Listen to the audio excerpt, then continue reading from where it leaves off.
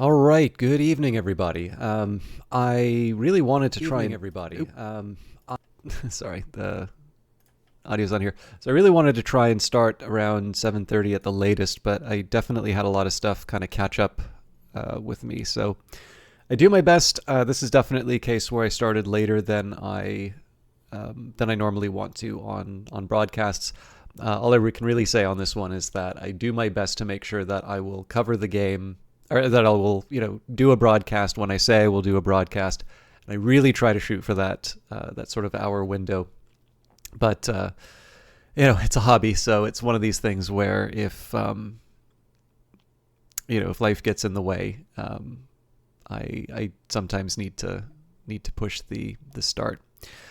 But I am really looking forward to doing some more Cobalt Core, and I hope you are ready to see it. I have a slight, I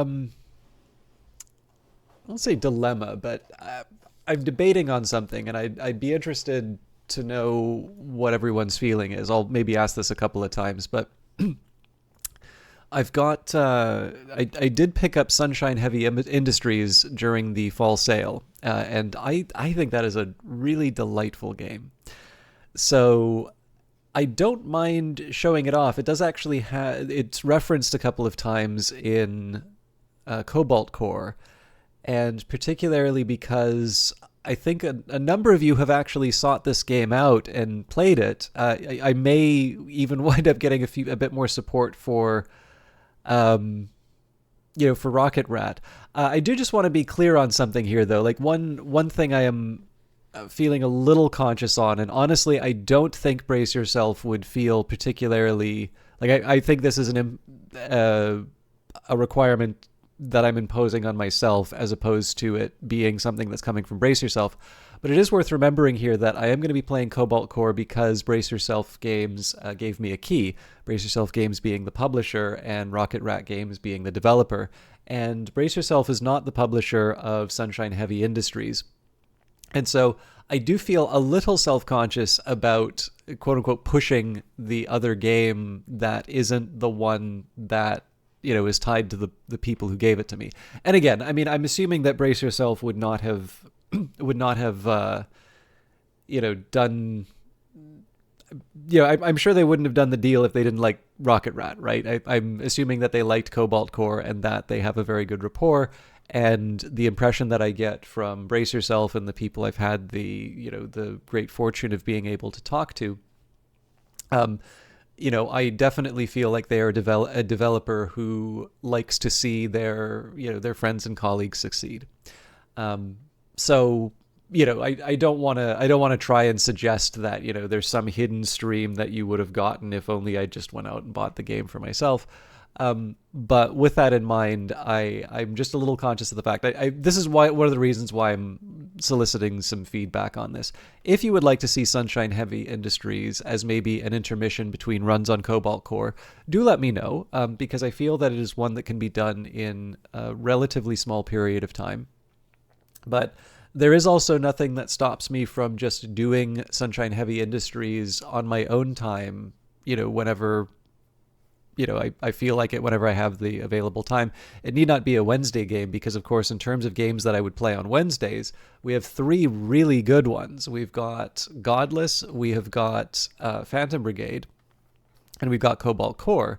And at some point, I would really like to revisit Industries of Titan because certainly the game is not, it's out, it's done, and there's currently no intention to do any further expansions or updates, but that does not mean that the game is not worth playing, right? I think this is a great shame about modern gaming is that in one sense, it's great that we have, so many games with these very long periods of support, but it does sometimes blind us to the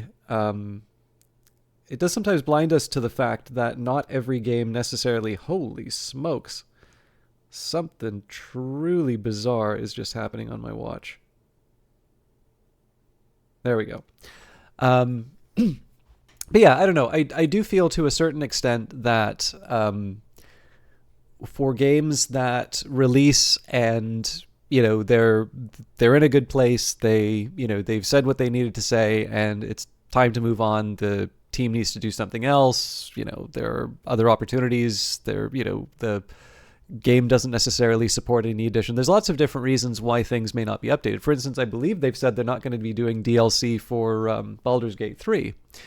But this certainly does not mean that a game not receiving constant updates is something that's not worth playing. In fact, when I take a look, I will jump into the game proper in just a moment here, but I'm going to take a look at the number of games I currently have installed and play with some regularity, which I believe are not getting updates. It's Chaos Reborn. Cultist Simulator does actually still seem to be getting the occasional update, but that's probably more so from the Book of Hours stuff. But obviously I've been playing... I'd say Cultist Simulator has actually gotten a particularly generous set of updates. XCOM 2. What else do we have here? Dark Souls 3. I mean, that's obviously a major release. Divinity Original Sin, the Endless games, Endless Legend, Endless Space. Now, of course, Endless Space and Endless Legend did get a bunch of DLC, but I don't believe they're currently getting any other updates. Labyrinth of War on Terror, Rise of Nations, Civilization Beyond Earth. Civilization 6 is still getting updates, so I should say that. Sunless Sea, Surviving Mars. I guess Surviving Mars had a somewhat more recent update. But I'm just kind of going over the things that I've most recently played on these. So, again, it's I'm trying not to oversell Industries of Titan, but it's one of these things that I do sort of feel like I would like to come back to sooner rather than later, simply because I do feel that there is some value in that game. It's a game that's worth playing, I think, if you like a certain type of city builder. It's kind of a strategy city builder hybrid. And I'm always a little conscious whenever because you can only play one game on stream at a time, there is a bit of a worry, I guess, that, not playing something that you used to play is perceived as not liking the game or losing interest in the game. And that's not true. I would say it is more common for me to have a busy schedule than it is for me to dislike or sort of make a conscious decision not to stream a game. There are games like that, and I don't see any value in saying what those games are. But for the most part, I would say that the games that I play a lot and then stop playing are just because I want a little bit more variety in the broadcast. And you can kind of see what it's like when I don't have variety, because I've been doing a lot of Book of Hours for the last little while.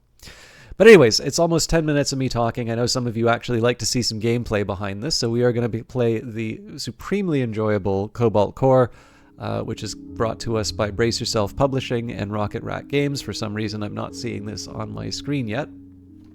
Now, we've got a couple of defeats under our belt now, which is very sad. But we will persevere. I do also, incidentally, really like the profile select. This is one thing I'm noticing about Sunshine Heavy Industries. I'm enjoying a little bit of a peek at it, but I am noticing that there's one save, and so it would be sort of nice to have the laughs and the delight, in real time with all of you, rather than go too far into the weeds. But anyways. We're talking about Cobalt Core. So, and again, just for those of you who maybe came in after I was done monologuing, this is a copy of the game that Brace Yourself Publishing very generously provided in order for me to cover it. And I really, really, really like this. So I hope you consider picking it up. And if you have any questions, I'll do my best to answer them. Okay. Now, we struggled with Max. This has actually been sort of my real block lately. I've not quite been able to work out how to make the hacker work out. We've got all of the story events for rigs, so I don't mind, I don't mind keeping rigs out of the rotation for a bit. And there is certainly a side of me that says perhaps this combination of Dizzy, Parry, and Max is not quite where it needs to be. Essentially, I think the problem that I've been running into lately is that I do not generate enough in terms of shields to sustain the kind of long-term engagements that seem to require Max. which would suggest to me that maybe Dizzy is the one that I want to switch out. And the good news is that any of the replacements I would consider, both Isaac and Drake, do actually have reasonably powerful attacks. But I think maybe the better thing for me to do would be to... I think I should take another attempt with the Ares.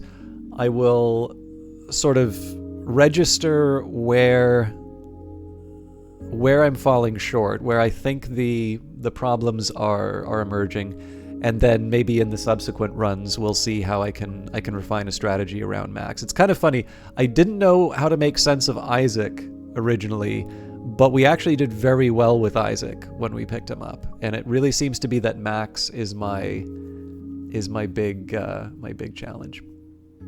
So for those of you who are not familiar with Cobalt Core, I'll just quickly say this is a deck building roguelike, so I think the immediate connection that everybody makes is Slay the Spire, and certainly that is a fine game and one that I think is an appropriate connection to.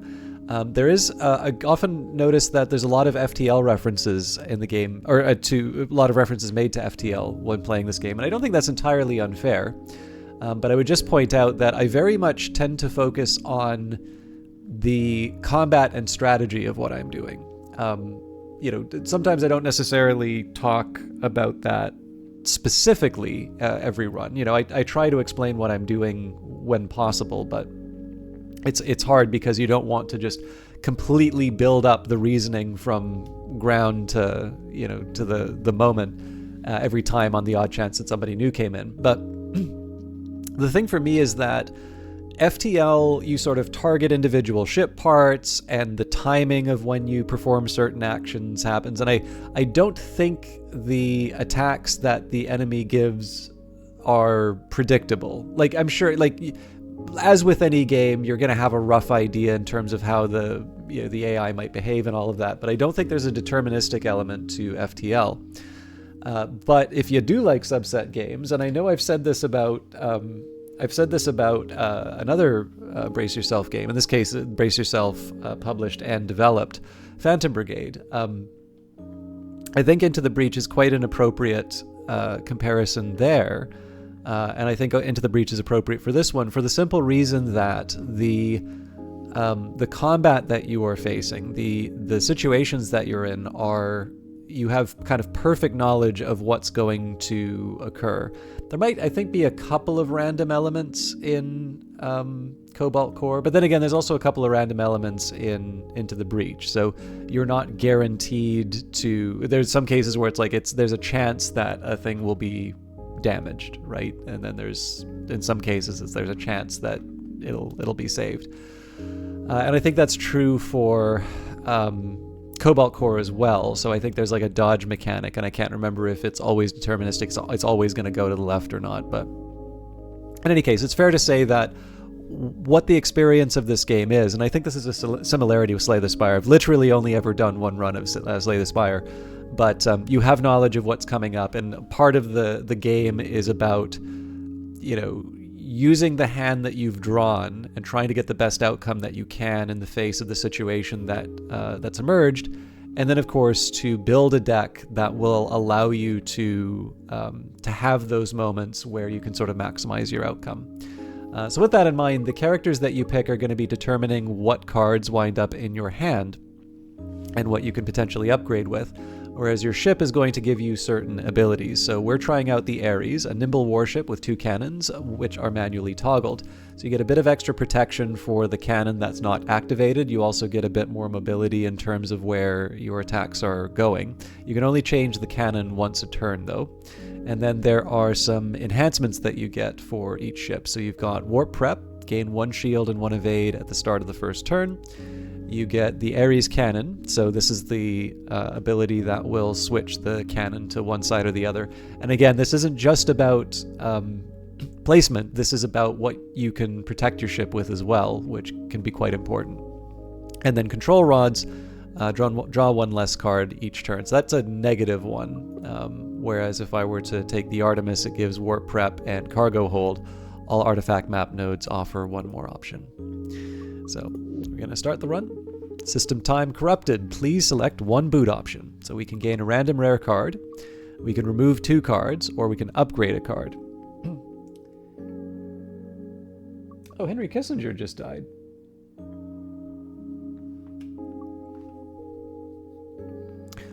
So yeah, I think probably the problem that we ran into before was the I also know Charlie Munger recently passed, although I don't think people knows. For those of you who don't know him, Charlie Munger is sort of the second half of Berkshire Hathaway, Warren Buffett's company. I know Warren Buffett is a very well-known figure, but for some reason Charlie Munger seems to be less it's not like he hides from the spotlight, but he just seems to be a little bit less of the I don't know, chummy old billionaire. I guess his politics were a little more Republican previously, so that may be why he gets a little less airtime, because I don't know, you've got the very Democrat billionaire is something that I think people tend to find surprising. I think you just generally associate like wealth with more conservative politics. But I mean, he tended to have fairly heterodox opinions no matter what group he was talking to. So he's a Republican that believes in Medicare for all, and presumably, I mean, over his lifetime, the party has taken very different forms. So I'm going to assume that, you know, if you ask him about a given policy, it's probably not going to be the party line. But anyway, will not affect the stream, so I will leave the real world outside. But yeah, we'll gain the random rare card because I think in this case here we struggled a little bit to find some attacks. So parry, attack equals damage, total damage of enemies' cannon attacks. Sounds good. Okay. Activating defense protocol. So one option that I have here to sort of save my bacon, so first of all, I can just do the shot and block. I could also move and change the cannon to absorb some of the incoming damage. So I've got 3 energy to work with. So if I do the block shot and the basic block, that nullifies the... yeah, actually, you know what? So yes, we'll do block shot, basic block, and then we'll do the multi-shot. So that doesn't let us... that doesn't actually pierce the enemy ship. But what it does do is it makes sure that I have the temporary shields at the start. So we essentially annihilate the damage that they were going to do. So what I've done is I've preserved my ability to move when the enemy comes in. Now this is unlucky in terms of when we got the parry. Reroll would be tempting if it was a redraw, but that's not what it does. In fact, this is a pretty crummy hand so far as taking advantage of the lull. So we'll do the basic shot, we'll do the shield surge, but there's really nothing else for me to take advantage of here. So I am going to have to worry about the enemy fire. Actually, it's not so bad.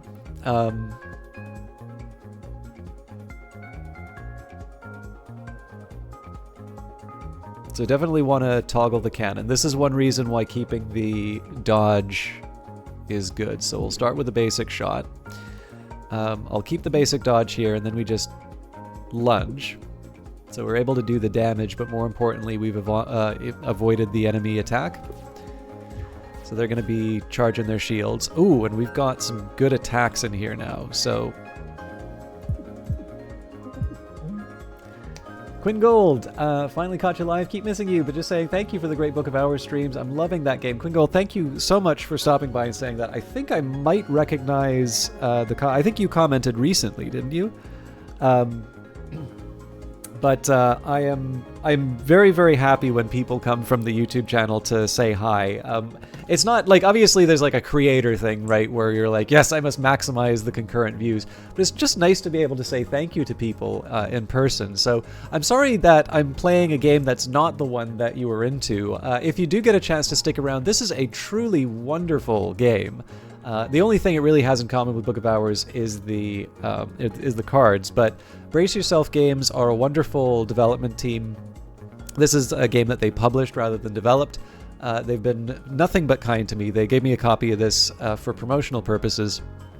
And it's nice that they make games and they publish games that I like so much, just because it's I don't know, they're really nice people, a little bit like Weather Factory, and the fact that the games are so enjoyable and they're ones I would probably be playing on my free time anyway just makes it easier to let the enthusiasm come across. So if you have any questions about what's going on, or indeed about Book of Hours, does it run on Mac? That is such a shame. I believe it is actually just a PC game right now. Let me take a quick look at that because I want to double check on... Yes, it is currently a Windows only. I think it's actually a custom engine now that I think of it. So let me just see if Sunshine Heavy Industries got a Mac version. That is also Windows only. So I would make a guess here that this is probably going a Windows only title. It is a very cute looking game though, so you can enjoy it vicariously through me. But yeah, definitely, if you have any questions about what's going on, I've done a couple of weeks of this, so I sometimes take a few things for granted. Okay, so the good news here is we just move to the left rather than, absorb the whole shot. Now, I could do the parry right away. I think that's probably the smartest option. So we'll toggle the cannon. I would take all 4 damage, so I'm looking to avoid that, although the reroll would give me enough to absorb the attack. There's really no point in doing that. It's better if I just do maximize the attack.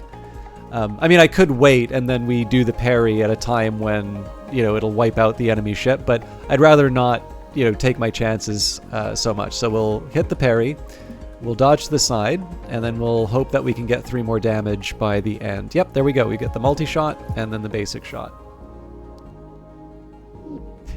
Well, I am actually a primary Mac user myself. The PC that I'm using, the original PC, was sort of bought through some very kind donations to the stream when I first was getting started. I started streaming when I was in grad school, and this is also before there were transcoding options for non-partners like myself. So I kind of owe the kindness of strangers in terms of having a PC gaming rig. Olaf, it's good to see you. I'm so sorry I'm late. I appreciate you still sticking by. But I don't know. I actually think... So nobody's going to buy it when I say this, but I actually think Mac is highly underrated as a gaming platform now. Because there are absolutely things that the integration of the common memory between this, the CPU, the GPU, like basically the whole move to Apple Silicon actually allows them to do things which I don't believe are possible in PC. And I think Larian might have even had a bit of a deal with them to sort of really make Divinity Original Sin 2 and Baldur's Gate sing on Apple products, because again, they have their own API. There's the Metal API and so on and so forth. It's utterly amazing to me, by the way, that games like Civilization 6 and Divinity Original Sin 2 play on a tablet. Intellectually, I understand it because computers get better over time. But yeah, it's just it's kind of astonishing to me that I used to sort of I still kind of associate mobile stuff with, good, but not necessarily pushing the envelope kind of visual fidelity. And I mean, I primarily shot film, for the most of my life, just because it was more affordable.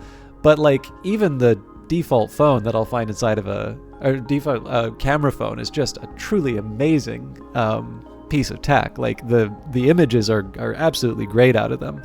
I think something with half the quality would have been something that I would have, I would have expected to pay a considerable amount for. So, again, it's just one of these things. I guess this is kind of, I'm approaching this area where I'm finally becoming old, where I'm like, oh, phones can do that now? I thought you just used them to go that new transatlantic cable that they laid. You call the telegram company people, right? But yeah, no, it's just you don't think about this stuff, right? You kind of get an idea in your mind about what the capabilities of a piece of hardware are, and if you're not constantly checking up on it, it creeps up on you on what they can do. But as you said, the MacBook Air 2 is just like, they're doing some, I think they're doing some really cool stuff with it. Yeah, obviously the old is, I'm saying this with tongue firmly in cheek, right? You know, I do kind of love to torment people about something, because like when people are talking about millennials on campuses, I'm like, the only millennials on campuses are professors. But yeah, no, it's, you know, it's the age thing is absolutely just a fun little thing to needle people about rather than being serious. Do you remember the Eternal September? I don't think I do, Onomancer. You're 65, so you remember when there wasn't even an internet when it started up and CompuServe was a thing. So how did you Google things before the internet? Did you just like call the phone company, or? I'm being an idiot, sorry.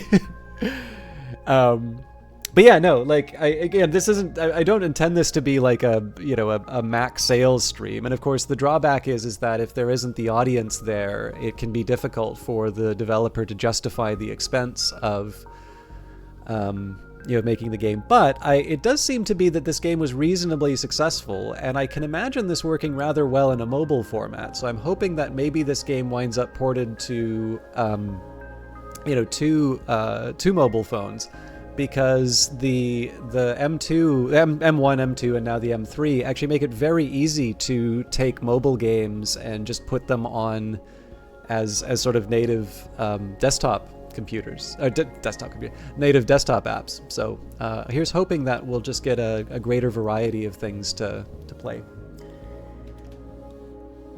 Libraries? Libraries are where I get my video games and my movies from.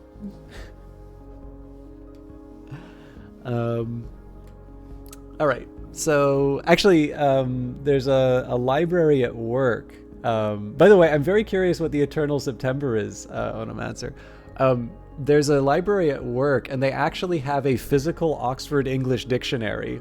And we got an error from a statistical program called SAS, which is not really widely used at work anymore, but we were working with some old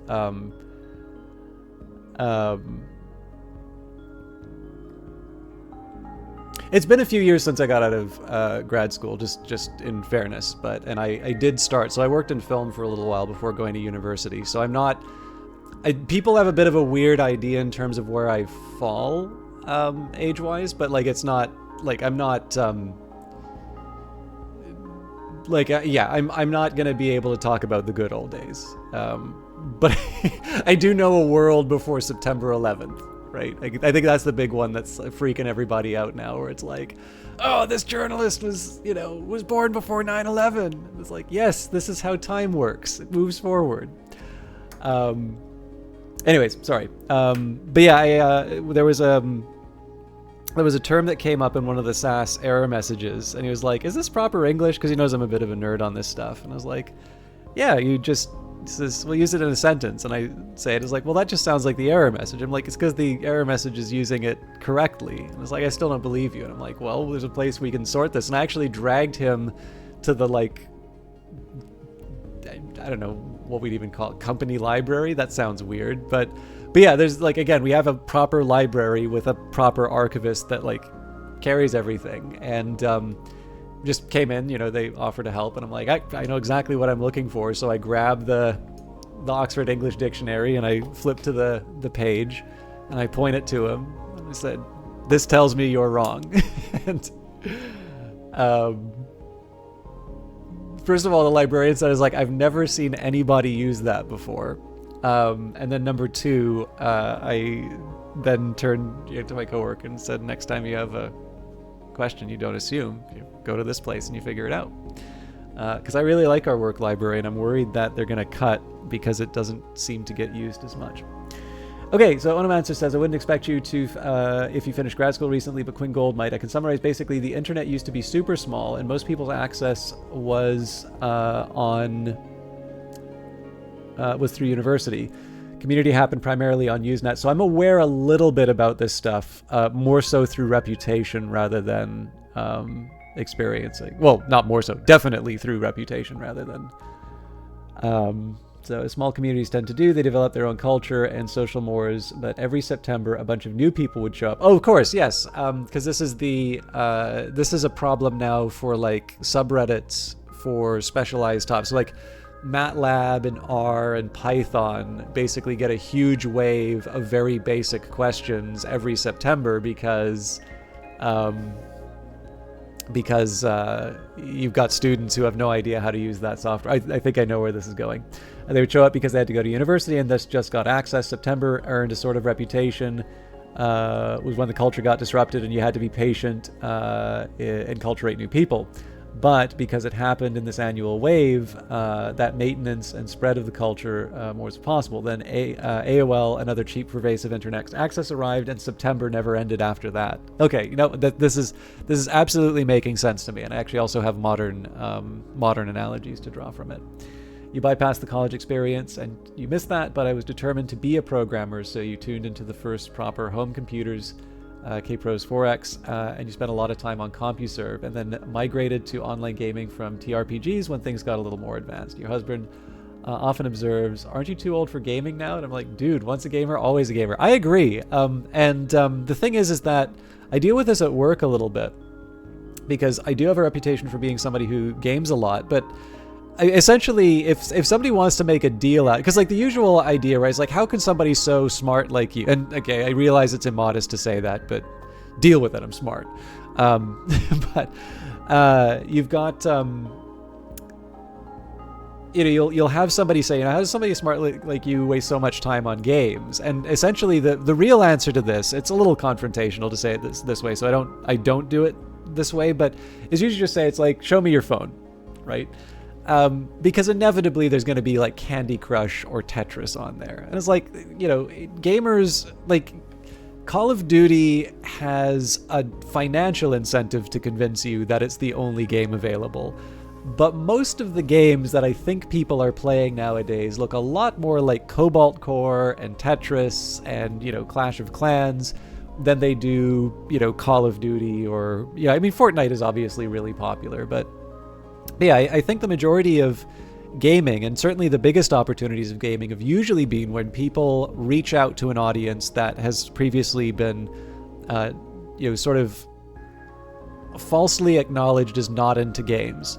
So The Sims, right? The Sims isn't just for guys like me that like dudes with sunglasses on the cover. Minecraft has the same appeal as things like Legos or, building, playing with sort of wooden blocks and developing, little mazes with things like that. Tetris is just wonderful in every context. And none of those really have anything to do with being a quote unquote core gamer. And again, you can see all of those games being very richly rewarded for it, so. Oh, nice. I've never played. Everybody tells me I would like Eve because of the economics connection, but I've never actually tried. Anyway, there was another thing I was going to say on this, but oh, yes, sorry. So Quinn Gold, because you come from Book of Hours, I don't know if you've checked out Skeleton Songs, which is Weather Factory's podcast. And I'm actually trying to remember, I believe in the latest episode, Alexis Kennedy actually talks about sort of some of his early computing experiences. And I was aware of this. I've never actually seen it live. But the idea of transmitting programs like over a TV show or over the radio through the sound signals. So I don't know. I kind of thought that was where some of the old programming stories might come from. And my library in the town that I grew up, it wasn't a particularly robust, like the elementary school library.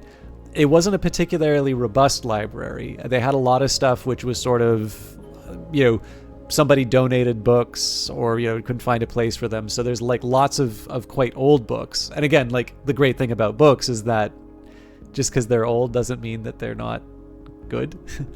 But there were, because, obviously if you're a kid and you're into computers, you want to check these things out. And I got a chance to see a couple of those books about computer games, but they were those books which had like programs written inside of them that you would type out. And I tried to open up like a basic prompt to see if I could get it to work. And the problem was that the syntax was just close enough to it was just close enough to seem like it would be right, but for whatever reason there had been some sort of a chain. I mean, I'm assuming probably the similarities were just like basic, you know, kind of control, like if looks like if for just about everything. So it probably wasn't as similar as I thought it was, but I've also had that fun little experience of getting programs through, you know, analog means. Okay, so gain 1 shield for every time played this combat. Oh, this is a neat one. Or pulse barrier. I actually like the idea of pulse barrier in this case. Although the exhaust is a little bit of a... You know what, let's go for momentum this time. Okay, way too early for us to consider a repair, so we'll go for the mystery, and I do want to go after the stronger enemies. There are a couple of dilemmas here, though, because I would also like an artifact. But yeah, I think we're going to go like so. I'm more or less signing myself up for 2 tough enemy fights, but I would have done that anyway. Yeah. I'm picking up a distress signal? Wait, no, it's a pirate. Why is it always a pirate? Hey, give me that artifact or else. I am absolutely not giving them warp prep. No. Alright. Don't embarrass yourself. This is a bit of a worry. So toggling the cannon's the right call here.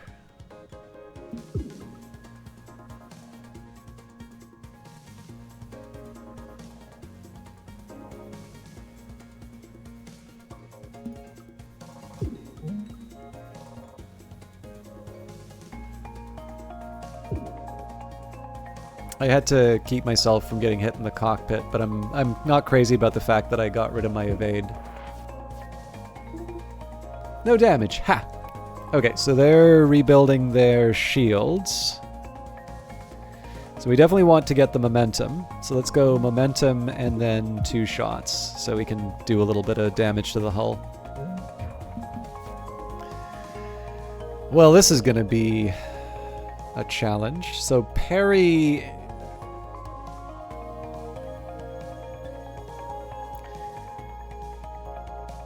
This is really gonna sting, but like parry's definitely something that's gonna help me. Like the fact of the matter is that no matter what happens, I'm not gonna come out well from this. Like there's no way that I'm dodging this.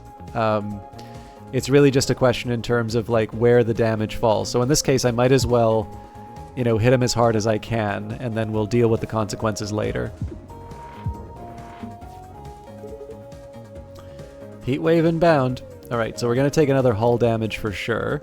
The best option here would be if I can somehow get rid of the...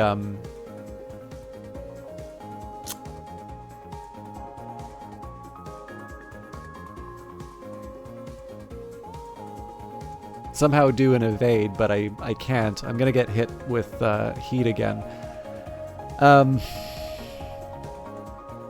So multi-shot, block shot, and momentum.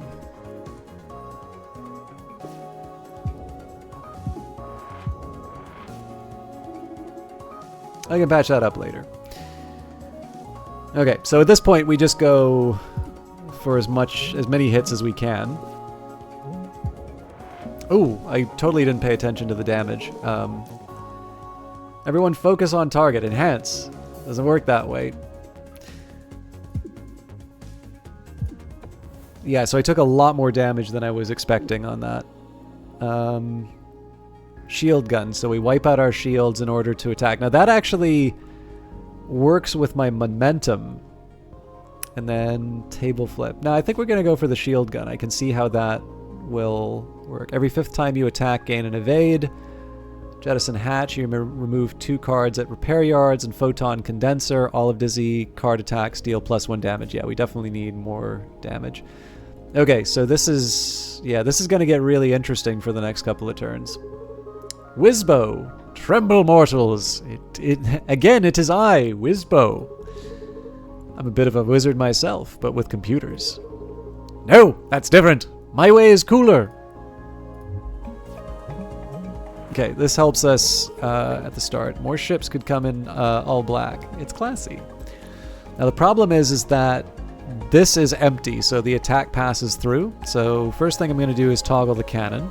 We don't need to worry about this attack because it's going to it's going to sort of block the shot here.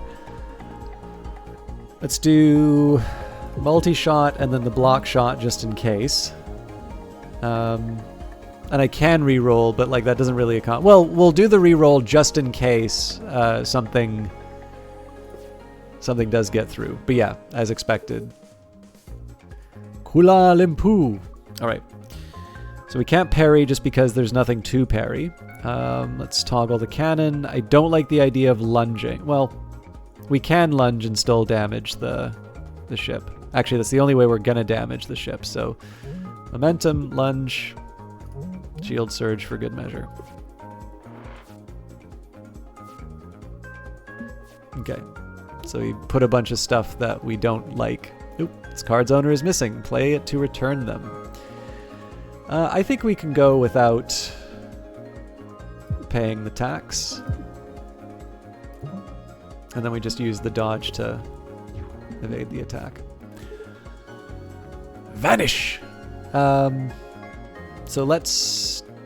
Again, we don't need to worry about attacks here, so we'll toggle the cannon. Do the multi-shot, basic block. Now, it'd be nice to... Actually, let's do the miasma just so we can get that out of the way. We've been decent at avoiding the enemy attacks right now, but... Now I'm actually... now I'm running out of people. So we'll toggle the cannon, do the basic shot. I do like bringing back momentum. Yeah, we'll bring back both. Okay, so the asteroid field is cleared, but we're also able to do enough damage to finish the enemy, so shield gun to... Okay, memory leak. Attack for 3 damage, add static noise to your draw pile. Alright, so it's nice that we can get a lot of damage out of this, but it does come at a pretty big cost. Alternatively, we've got fumes. So this does 4 damage. You know, I actually think I've probably underappreciated front-loaded blast. So button mash is kind of tempting because of it boosting my shields and the fact that I now have that ability to sort of clear out my my shields. I think I'm going to try front-loaded blast simply because I've not really deployed that yet, and I should be a little bit more open to it. Hey, more Drake, more practice, huh? Okay, it's going to get a little awkward here, but I think we've got a game plan. So we'll start by toggling the cannon. We'll do multi-shot. I do want the momentum, so I would have liked to do the dodge, but in this case I want to knock down their shields as early as possible. Complete tactical evasion. All right. Now, unfortunately, I don't. This is the problem with that strategy. I don't have any way of moving back and attacking them. So we end the turn. They get their shields back, and now we have to deal with the consequences. But looks like we're actually in a pretty good spot. So we'll toggle the cannon. I'll start with the front-loaded blast. Then we can do the basic shot, and then the lunge will miss, but we avoid the heat. This is one of these cases where my health is. Ooh, this is gonna sting a bit.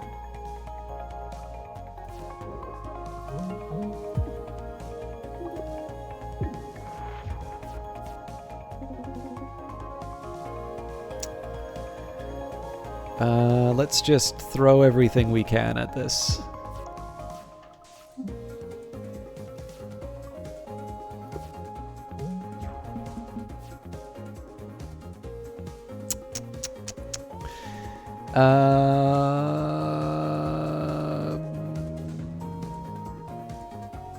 So I die if I don't do that.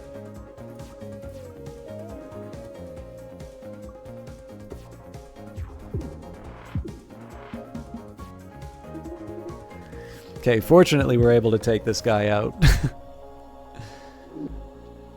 So, my rewards. Boost capacitors, this was the one I was considering before. Max math is draw 10 cards, but draw 2 less next turn. Deflection's kind of tempting, but I think I'm going to do boost capacitors because of how it works with the other card that I have. So we've got Overcharger, every 4th turn gain an overdrive, Adaptive Plating, gain +1 max hull, and heal 1 every time you defeat a boss or elite. I like that a lot. And then the Ricochet Paddle, when you shoot an incoming missile, turn it around instead of destroying it. This is a great one that you can sometimes, that you sort of, I think I first got this when I first encountered Saugans. But Adaptive Plating not only helps me with the current problem that I have, but we're early enough in the run that this can actually wind up being a very powerful upgrade for me. Hello. Hello. Can I get you anything? So we could repair 4, upgrade, or remove. I think in this case I need to repair, otherwise... Hello, Baron Snugs. Otherwise, we might have a very promising run end quickly. Pick an artifact...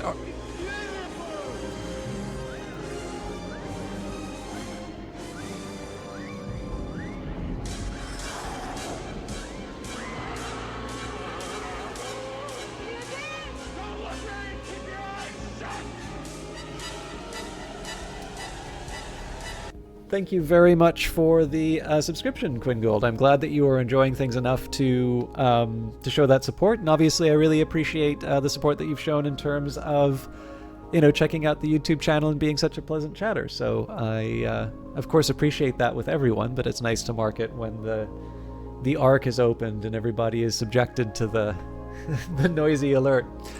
Alright, we're picking an artifact. Artifacts are held by the ship's crew and change the rules of combat. You can have multiple on each crewmate. So Piercer, your first attack each turn pierces. Now this one, I think, there's a couple of times that I've had artifacts like this and I've made bad assumptions. So it's always the first attack. I believe that is different from the first point of damage. And again, like the specific wording really matters in terms of getting the most out of these things. But I think I have a good idea about how that works. Okay, let's crack that hull open. I'm mildly tempted to do the parry right now, because that should be 4 that goes straight into the hull. Now, unfortunately, that does also mean that I'm going to take some damage, but in this case, I think it's worth it. Yeah, look at that. So I can improve my chances a little bit, so I just move off to the left. So what's going to happen here is the armor's going to reduce the damage by 1, and then the shield will absorb the last one. So I don't actually take any hull damage.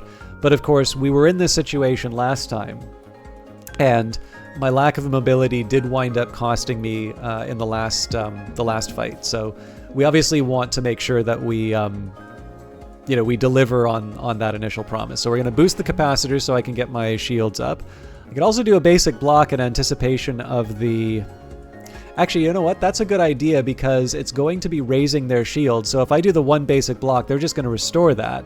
So if I get my shields up, that's something I can potentially attack with. Okay. So let's do the momentum. I definitely want to do the front-loaded blast. So the question is, do I do the block? Actually, the block shot does equivalent damage to the multi-shot, so... And then we'll toggle the cannon. Again, we're gonna take some fairly heavy damage here, but we can reduce it by 1 by using the armor.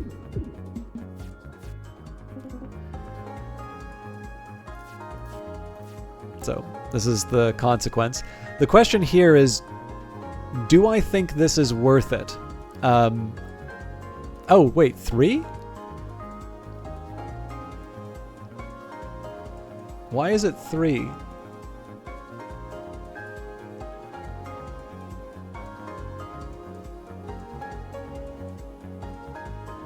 I want to see if this actually happens. Weird. I actually don't know why it did 1 extra damage there. Okay, Wave Charge. We add Wave Beam, which is a 2 piercing attack. We can reroute Autopilot immediately after you play the leftmost or rightmost card in your hand. Move left or right by 1. That's kind of cool.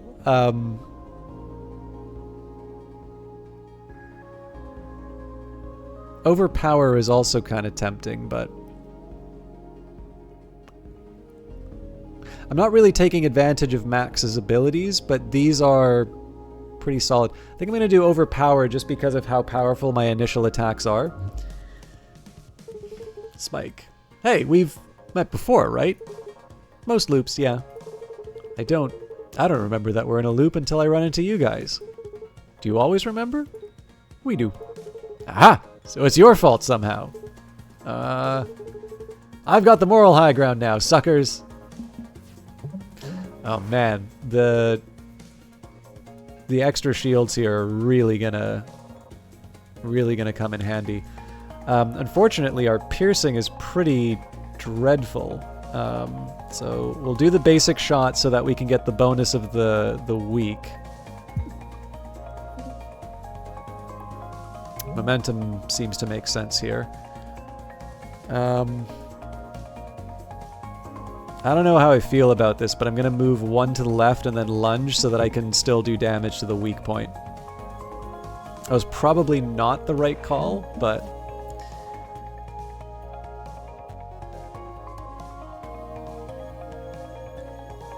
yeah, because the problem now is I don't really have a way of getting around this attack. Okay, so we're going to do the block shot. Oh! I wasn't thinking about the retaliation. I could have played that a little differently, but...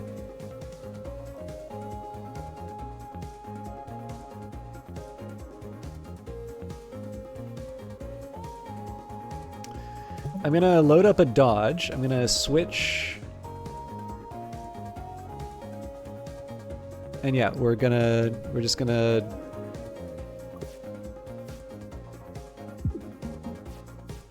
there we go. So the logic behind that was I didn't want to provoke any more retaliation, but I'm going to be able to do 2 damage by hitting it in the missile bay now. So we toggle the cannon, we hit the basic shot, and then we went straight through the... was the... yeah, sorry, I wasn't paying attention to the color of the card. You're right, it was because it was Dizzy's. Okay, so I can double down on boosting capacitors. Barrage is interesting. I think I'm going to do boost capacitors again. I may have a problem later, but we're starting to work on this whole shield-oriented strategy. So every 3 Dizzy cards played gain a shield. That certainly has some sense. Revenge Drive. First time you lose hull each turn, gain 1 overdrive. Now that's tempting, especially given the fact that my first attack is piercing, so being able to do +1 directly to the hull is a bit better than before. But the thing is, I don't actually want to take damage to the hull, so I think probably the regenerator makes a little more sense. Howdy. Salutations. Can I get you anything? We're going to do an upgrade this time. So, boost capacitor. Actually, I guess I can just hit control to see... or, was it right click? Yeah, right click will show me what the options are.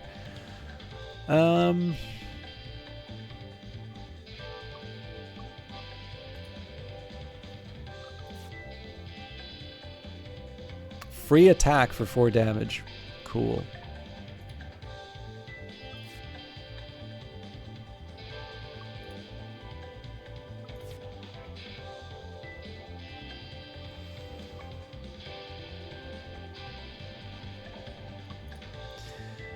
Retaining parry actually seems like something that would be really helpful. I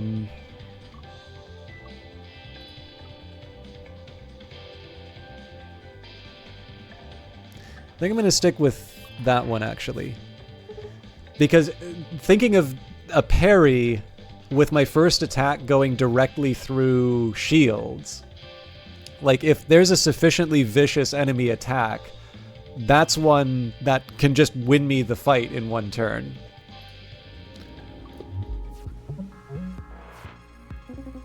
Ah, big crystal. All right.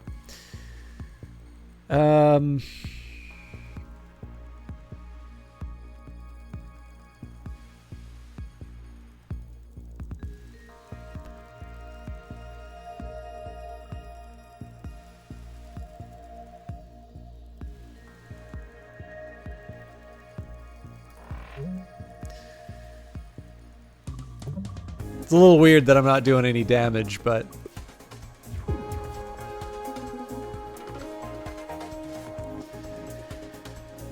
Okay. I think at this point I'm going to have to start thinking about how I move.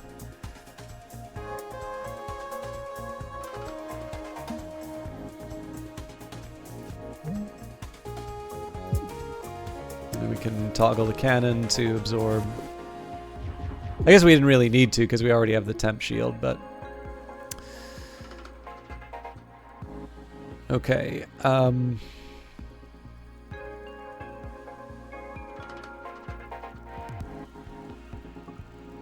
momentum, block shot, and... I guess the shield surge probably makes the most sense because it protects me from everything that's coming in. So again, I'm always conscious about what I can do with the parry, but I don't want to eat that sooner than is warranted. I am slightly tempted to move. Well, let's do the boost capacitors. The thing is, I do have a lot of shields to work with, so I can actually afford to take, it would be 4 damage that I take in total.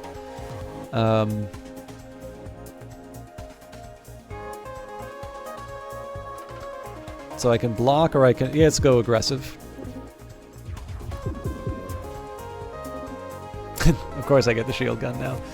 Alright.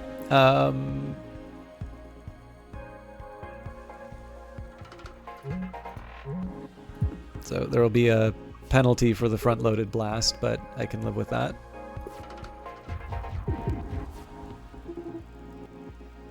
So notice that number keeps going up. It's at 20, so again, I don't want to overdo it, but overpower is not a bad idea.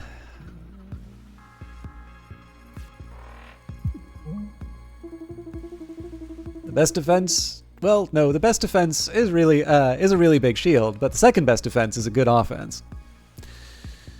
Nothing really for me to change in terms of the organization, but we are getting close to our big parry. So 16 will currently do 11. I am slightly tempted to do this lunge. Yeah.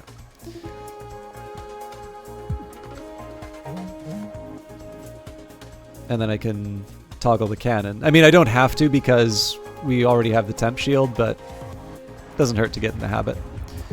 I tend to notice if I don't take the actions which make sense in this context, then I forget to do them when it really matters.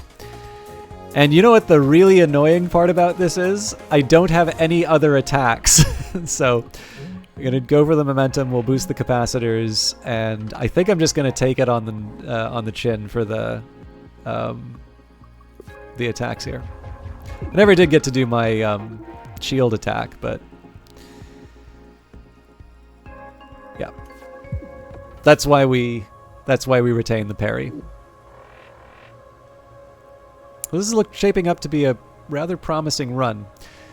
Okay, overclock, add 2 to the next status you gain. Shield gun, we can get another one of those. Payback, whenever the ship is hit, immediately shoots a 1 damage attack. 1 damage attack isn't really worth the 3 in my opinion. Although I guess it says that doesn't go away immediately either. But I think we're going to go for another shield gun. Okay, glass cannon, gain an extra energy every turn. Your ship's cannons become weak at the start of combat. Prototype 22, Dizzy Boss artifact. Permanently gain +1 max shield on pickup. Gain 1 shield at the start of every turn. If the shield was already full, take 2 hull damage. So this is actually great because this gives me even more reason to sort of dump out that shield and rebuild it. And then Simplicity on pickup, remove 3 cards. No, we're going for Prototype 22. All right, Cat, the others are busy for a moment. Let's do this. Okay, I'm ready. Transfer file 0xF3 to offline storage. Access denied. Username root. Password 123. File transfer starting. Complete. All right, I've got the file. How do you feel? Invalid file name or command. Cat? Invalid file name or command. Oh no, Cat, are you still in there? What's the command? Show personality core info. Personality core not found. Copy file 0xF3 back to main storage. Rebooting personality core. Hey, what did I miss? I tried to get the file, but I guess I forgot my password. Oh, well, we tried.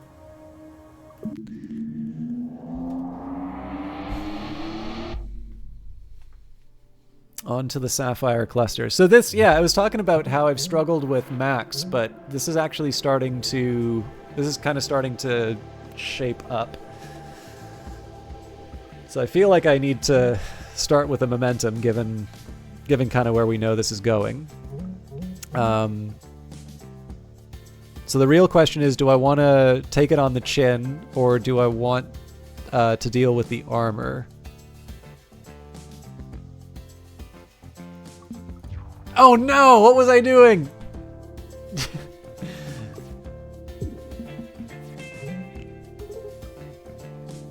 Okay, this is too good to pass up.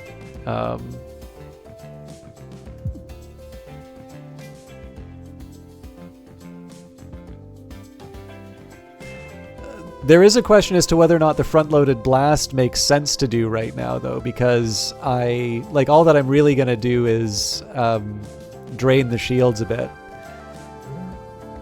So we'll mitigate. Oh, actually, this also works because I'm going to get nailed by the prototype if I don't take some damage.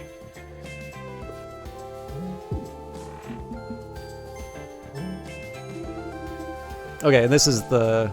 Wow, why don't we armor all of our ships? So in this case, the parry should kill the ship. Acid cannon served me well in the past. Max Math is actually... So, Max Math winds up being a fairly helpful one now because of the strategies I have around retaining certain cards. I think I'm going to go for the Acid Cannon, though, because I can see how that will work well with my initial piercing shot. I think we're going to go down the bottom path here so that I can sort of collect artifacts and go after bosses.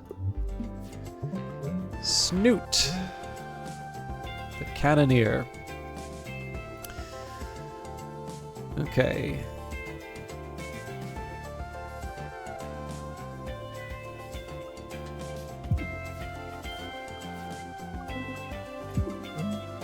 This time I'm gonna be a little more guarded in terms of my evade.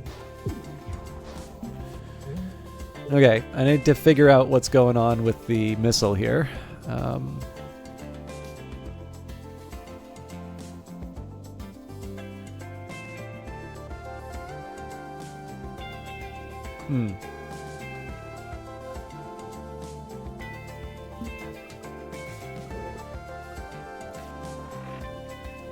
So unfortunately I miss out on the piercing. But, I mean, he doesn't have any shields anyway, right? So.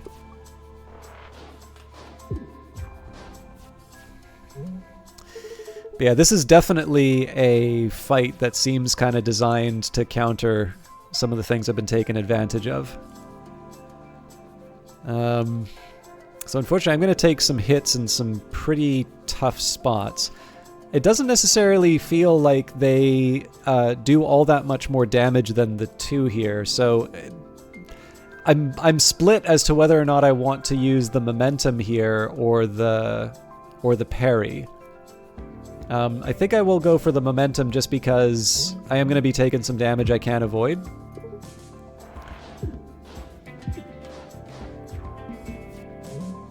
Okay. So unfortunately, I paid for that with my shield gun. I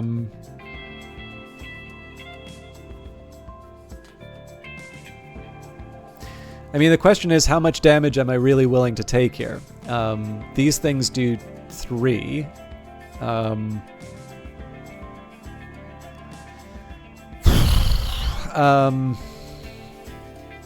The acid cannon will help me drag this out. I think, yeah, let's do the acid cannon. Again, obviously, this is going to be a painful turn, but...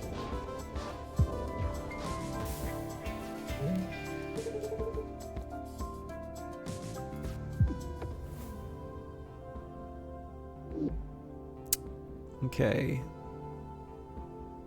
I mean, again, a front-loaded blast is not hard to pick up when you know that you're going to be dealing it directly to the hull. Escalate, again, also isn't a bad one. But I think we're going to do the front-loaded blast. I got to be kind of careful about overloading on that, but... Sir Ratso, you there! Halt thine astral stallion! Huh? Hang on. Is my auto-translator broken? Nay, this is just how I talk. Ah, I see. Prepare for glorious combat. Does he have a sword? What say we make this an honorable duel? I shan't target thine weak points if ye deign not to target mine. So we accept both parties agree not to attack each other's weak or brittle parts. The enemy may behave differently if you follow or break the rules, or no way. Sure, we'll accept. Excellent! Ooh, brittle. So this is a bit of a shame, right? Because it does do double damage. The other thing that's actually funny here is that they've got this armor, so the acid can is not going to be as effective as it normally would be. But I'll accept that. Being able to, you know, hit him with the piercing shot and get the acid at the very start is a good way to start. Okay, so I can smack him for 4 right off the bat. It's that or the overpower. I think we'll go for the shield attack. Well fought! I cede this fight. Farewell! Oh, alright. That was easy. And yeah, shield surge. Oh, welcome to my emporium of wondrous ideas, traveler. May I offer you one of my creations? So it's specifically the fact that I have the piercer, so your first attack on each turn pierces. These all seem absolutely useless. Perhaps they are. Perhaps they are. Lightning in a bottle. I remember these. So it's like, let's try buckshot. Add a card to your deck. So for 1 energy, you do 3/0 attacks. Why? Lightning in a bottle, please. So 3 energy, but it costs 3. Why? Waltz. 2 to the left, 1 to the right, 1 to the right. I am actually going to try Lightning in a Bottle because I believe I have a card that will allow me to play this for less than 3. Ho ho, farewell. Thanks, I guess. And my tendency in this game definitely is to go for like the weird and wonderful stuff. Like even if I don't have a direct answer in terms of how I'm going to use them right away, I think it is still helpful to bring them in for the simple reason that I don't, like I'm not going to learn how to use this stuff if I don't if I don't try some weird stuff every now and again. So it's tempting to do the parry attack, but we want to see if this enemy boosts a little bit more. So we'll go for boost capacitors and then momentum. So we won't take damage from the attack. We will probably wind up with a heat, though. I don't think this is exclusively heat, but nope, it is engine stall. The next one move will fail. That's a real shame. I kind of wish... I don't know if there's a way for me to find out what the attack is going to do, but that is one that's actually kind of painful. Okay. So being able to hit him for 7 is very tempting, but there's an obvious... there's a catch to this in the sense that I'm going to like take it on the chin when the enemy... retaliates. Alright, well, let's go... We'll toggle the cannon. I am going to do the shield gun. And I suppose the block shot's the most sensible, but again, this is gonna hurt. My alternative would have been to move left and then do like a basic shot, but we know that that move is gonna fail, so...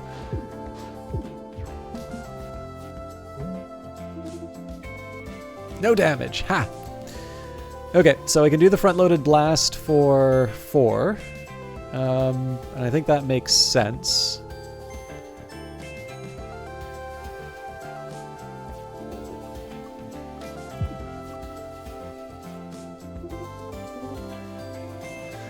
So now the question is, what do I want to do about the incoming attacks here?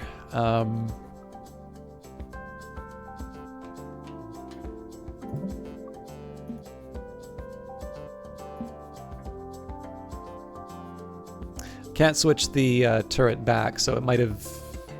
Well, yeah, there wasn't... No, there's probably a way I could have made that work. So we'll take a little bit of damage, but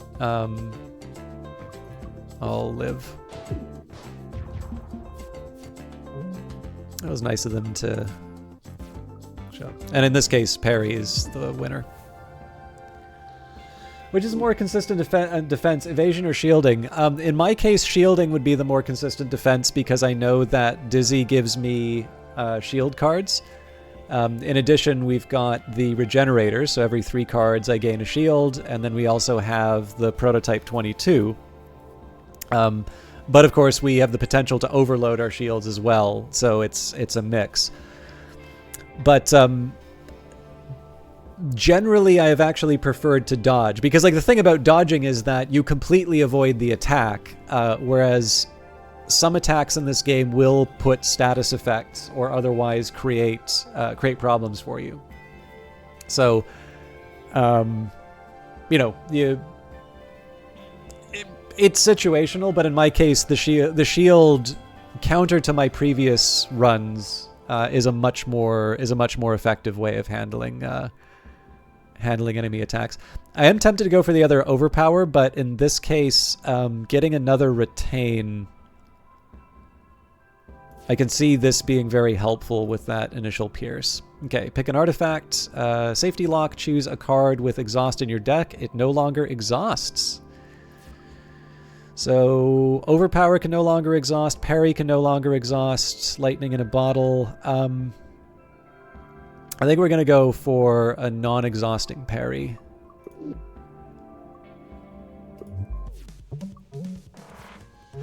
Yeah, that's one way of looking at it. I mean, again, there's always going to be sort of the counter example to think about. So I'm always a little careful in terms of how. Like I think you probably have noticed over a few streams, like I tend not to do the whole. You know, I try as much as I can not to declare, you know, thou shalt in terms of games. And it's just mostly because the games that I enjoy the most usually can accommodate a lot of different play styles. But on the other hand, like, clearly I also want to... I know I sometimes get a little too focused on the individual game. And so as a consequence, it can be sometimes hard to follow the reasoning. And so, yeah, I mean, in some cases, like, I could tend to speak in generalities a little bit more. But an exception I'll give you, in this case, Baron Snugs, like in the previous ship that I was using, there was an expansion that I got that actually put a hole right in the middle of my ship. So technically, you know, I had this wide surface area for an attack, but because there was this hole in the middle, it actually wound up being this very nimble ship, which worked really well with evade, even though it was wider than this one, I think. But yeah, what I'm going to do is I'll toggle the cannon. We don't need to worry about the piercing. This is a rogue Starnacle, but we get a nice early acid. Also, this does double damage, so if I could get an extra attack, I would take it. But in this case, we're just going to move off to the side. And if we can get a parry on this thing, that will be a beautiful, beautiful day. Okay, I would much prefer to be able to move. Sadly, I don't have that option.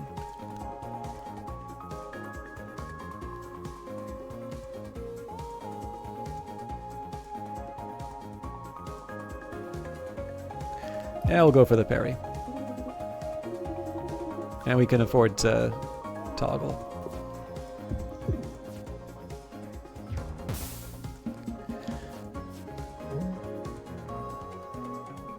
Well, that's a letdown. So I'll boost capacitors.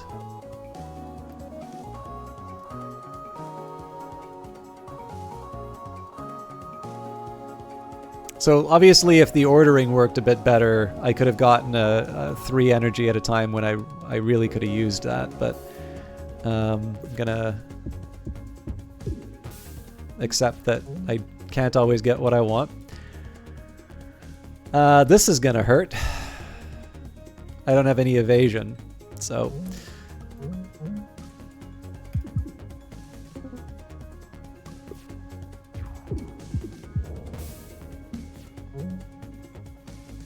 God, I really wish I had a parry, but we win.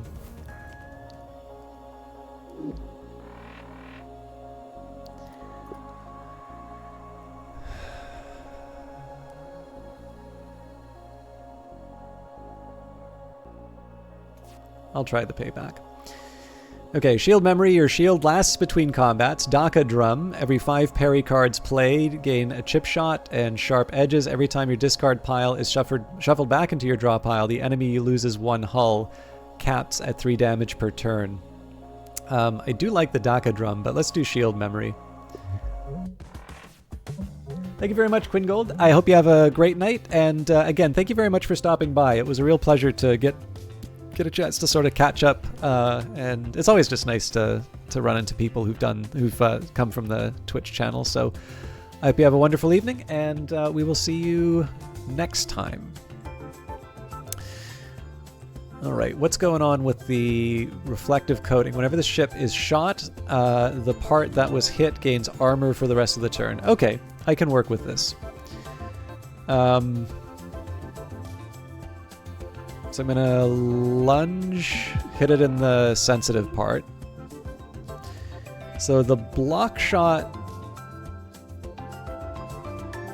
Well, I can make life a little more simple for myself.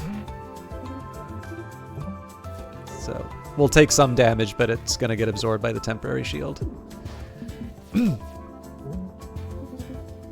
Okay, that makes things interesting.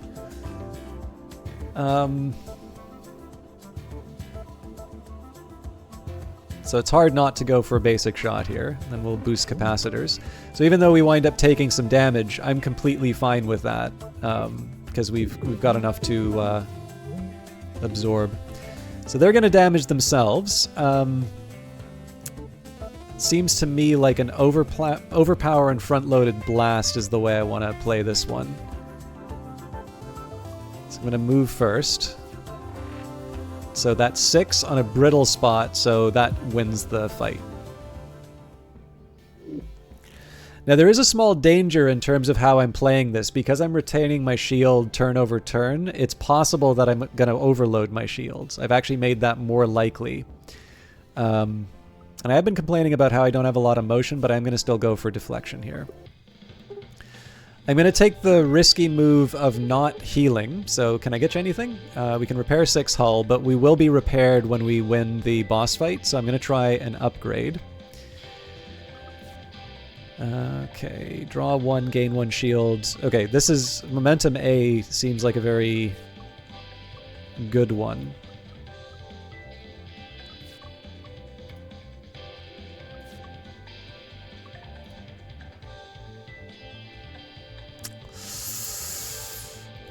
There's a lot of good cards.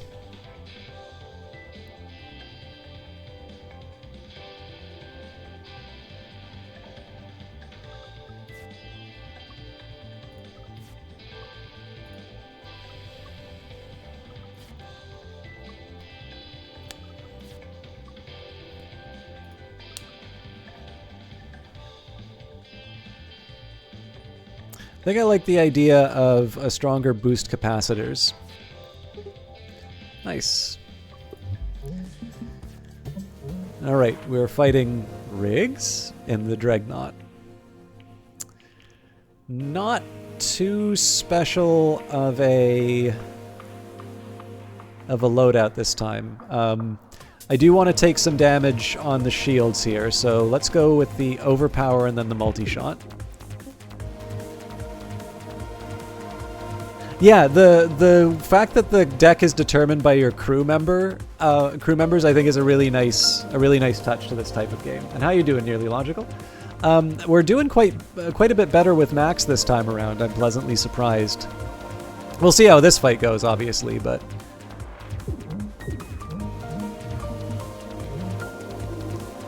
no damage. Ha!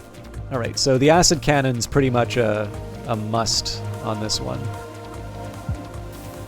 And honestly, again, just taking the hit to the face keeps me from overwhelming my shield, so.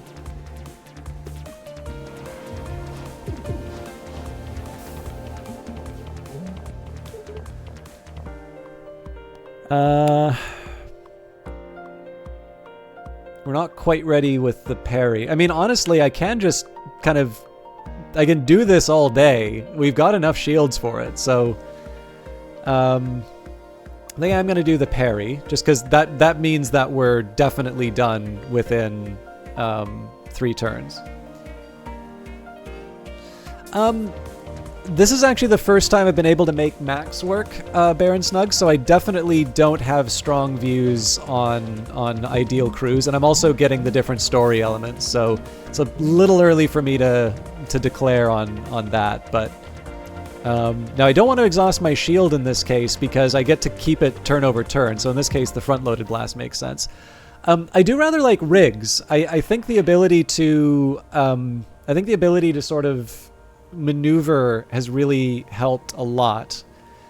But as you can see, right, like I'm adapting. I used to like never use shields, and now I've got to build entirely around shields. And of course, a truly preposterous amount of hull for this particular ship. I got very lucky with the adaptive plating.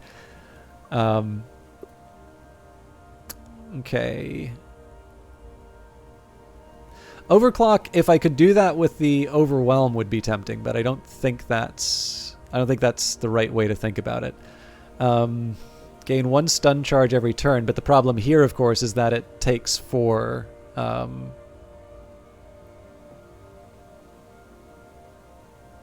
think table flip makes more sense than any of these.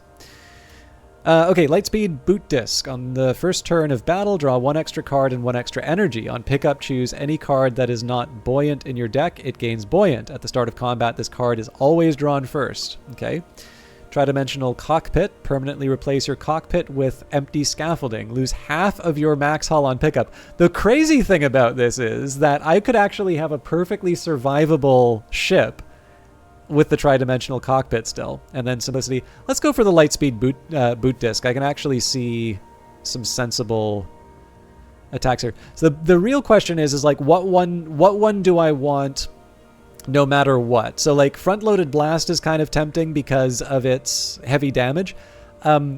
It's a very risky first pick, but I think the acid cannon is the right one because you're maximizing the ticking damage each time, and because I know I have that pierce, 4 damage is actually quite a lot to hit them at the start of the turn with. So, like I said, it's a risky choice, but I think it's a worthwhile one in this case. And I believe we are on to the final sector.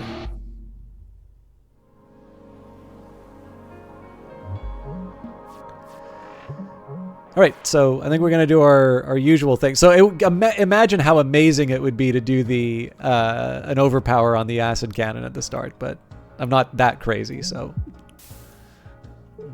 Nice early hit, and then we can shield surge. Actually, I don't want to shield surge because I do actually want to take some damage here. Otherwise, my shield overloads.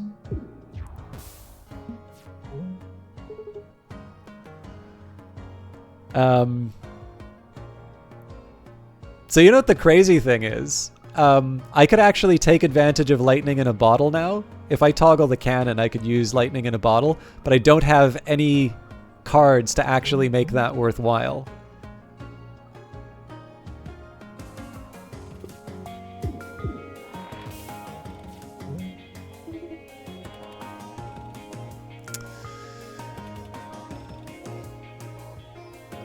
I have too many things I want to do. So I do need to start thinking about how I improve my survival. So I currently have 5 shields, so one thing I can do is move the ship to the side. I do still want to do damage, right? So we will do the front-loaded blast, and then I'll just move off to the side here. So the ideal here is that I don't take any hull damage moving forward. It would have been nice to play momentum, but obviously damaging the enemy is a big, big priority now.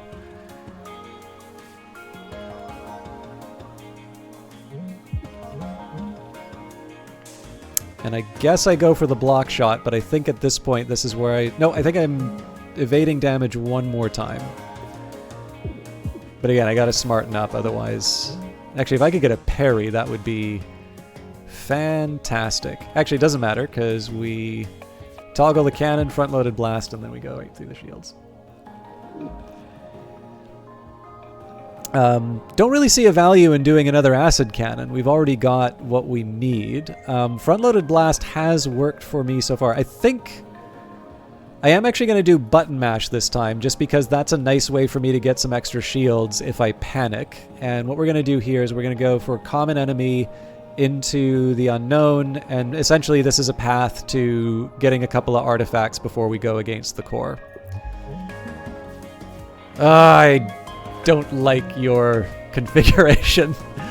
Okay, so we toggle the cannon.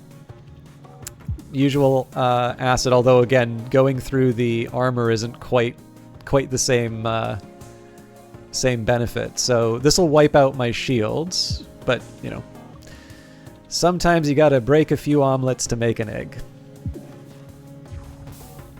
Ooh, I'm feared.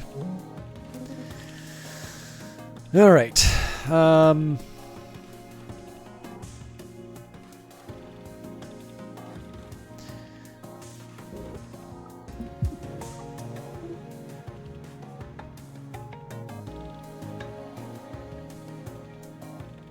I do want to clear out this fear, but I want to damage the thing even more.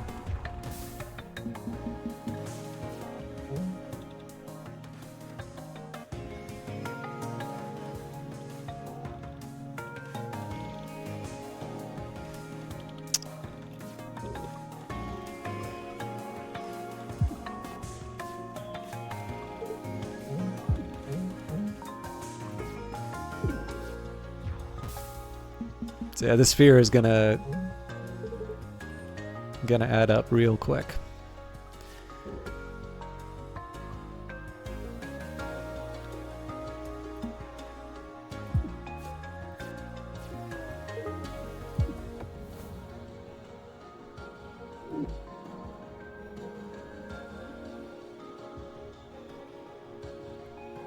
Play for free is a pretty strong one given some of the cards that I have. We're getting a weird signal. An offering from another timeline. Another has sent aid. So I can take 2 Riggs cards. These would be good for dodging. 2 Drake cards. So these would be heat generating heavy attacks. Isaac cards would give me sort of maneuver for items in the middle. I'm most tempted for Riggs and Drake in this case. Let's go for Riggs. Okay. Evade and draw, or jump and... I think evade and draw. Thanks, I guess. Okay, so we pretty much know what our first attack is going to be every single time now. I don't want to hit the armored bit, though.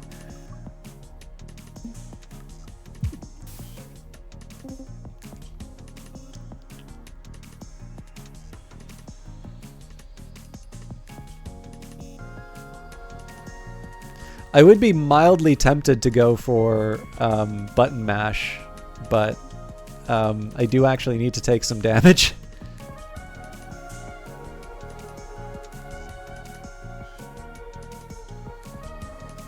This is so hard, because, like, being able to do 5 damage at the start is kind of nice. It does wipe out their shields. But, like, really, what does that get me? I do wind up with some extra fumes, which is not good. I think I'll go for it, though. Oh, I did that wrong. Yeah, fair enough.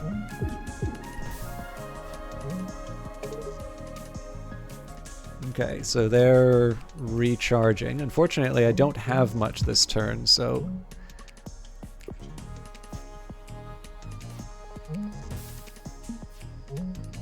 Okay, that works a little bit more in my favor.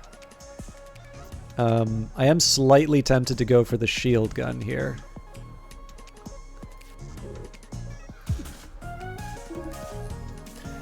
So the multi-shot's not going to pierce, so it would make sense for me to do... Well, the shield surge actually doesn't make a whole lot of sense here because, again, we're already at full health. So I will settle for the multi-shot. Unfortunately, I haven't played that much momentum, so it's not getting me too much. Let's do overpower and shield surge. I'm taking a risk if I can't do some damage next turn, but...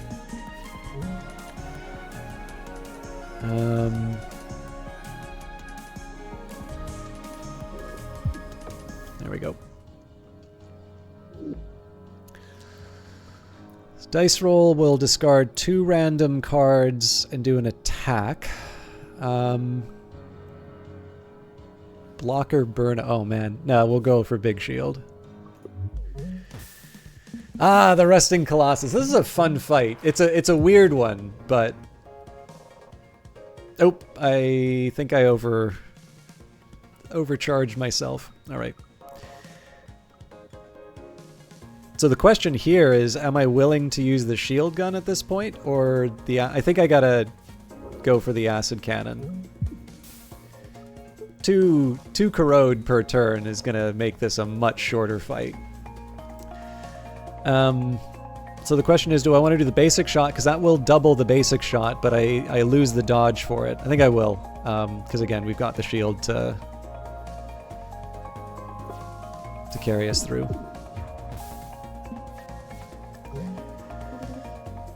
Okay.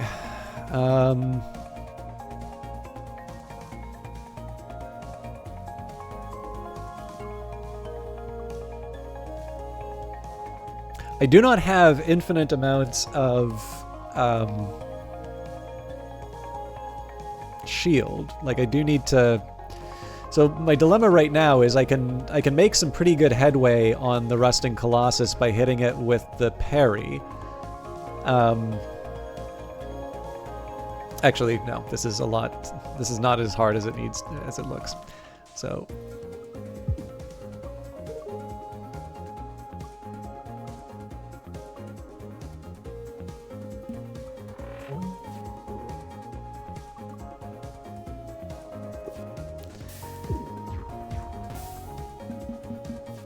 Probably should have used the parry there.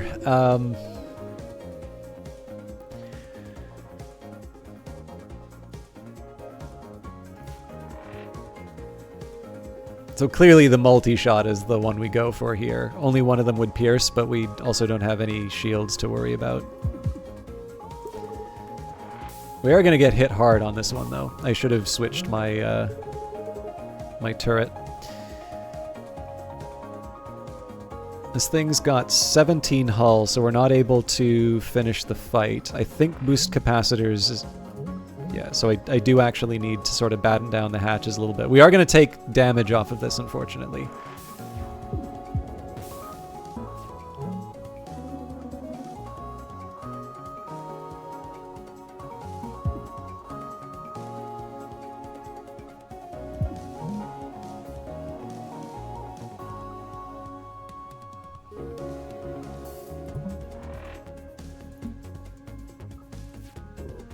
That's minimizing the damage as much as I can.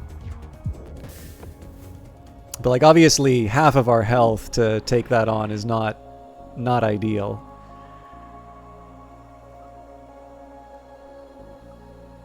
I don't like the idea of static noise.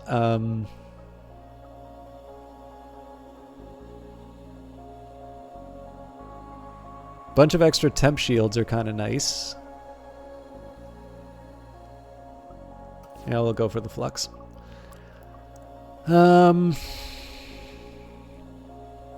boost at the start of your turn. Premeditation gives us glissade at the start.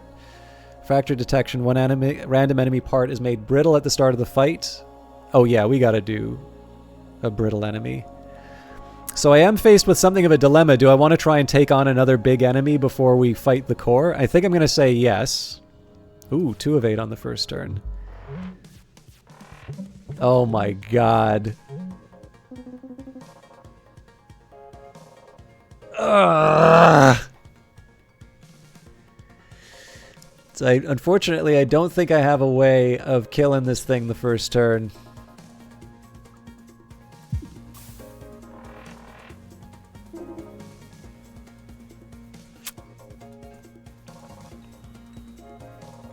The best I can do is toggle the cannon.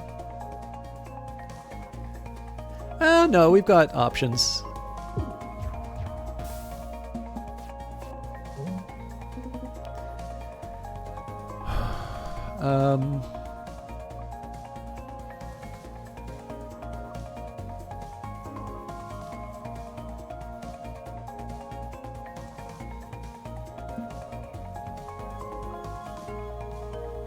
This is risk, but...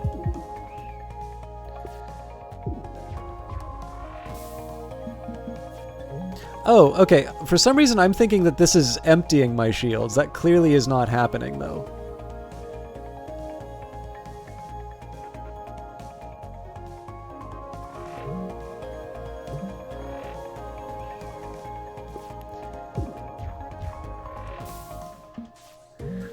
I just need a parry.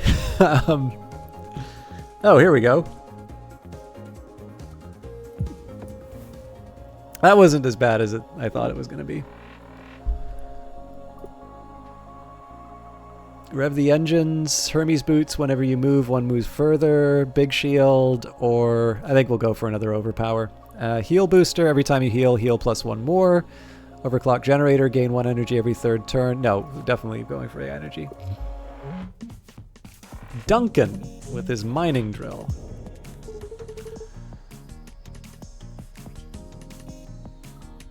Okay, so toggle. Ooh.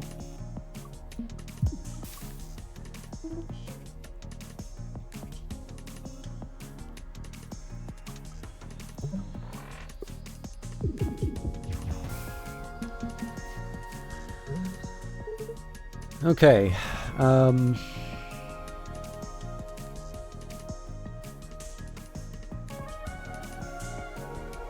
So the catch here is that he's going to do more damage. I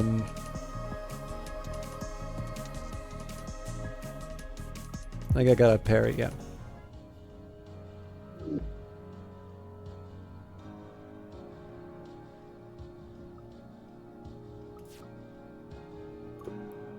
Okay, so this one we're definitely healing. Howdy, hi, can I get you anything? 9 hull. And we're going into the Cobalt core fight pretty strong. Do you think we could ever take full control of the Cobalt? No. After I upload myself, I only have a few milliseconds to overwrite the nav system and bring it out to fight. What happens after that? The mainframe's antivirus process destroys me. Does that hurt? Yep. See you next time.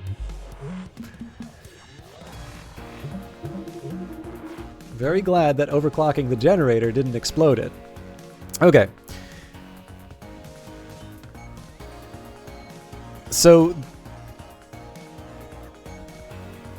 I do still want to be taking some damage given the fact that I've got my shields up like this. So as always, we hit with the acid.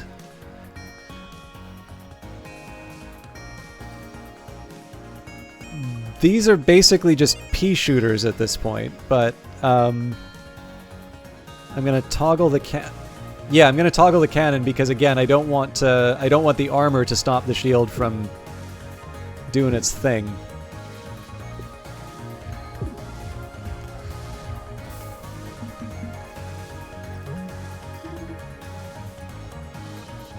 Okay.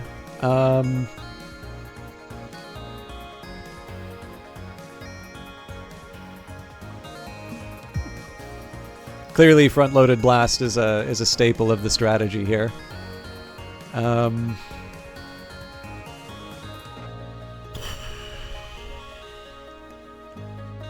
Again, I still need to manage my shields here.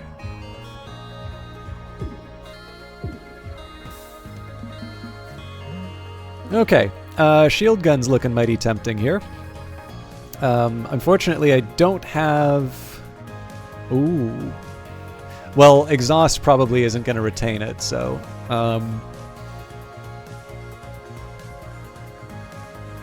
Gonna toggle the cannon, shield gun it. We get a little extra...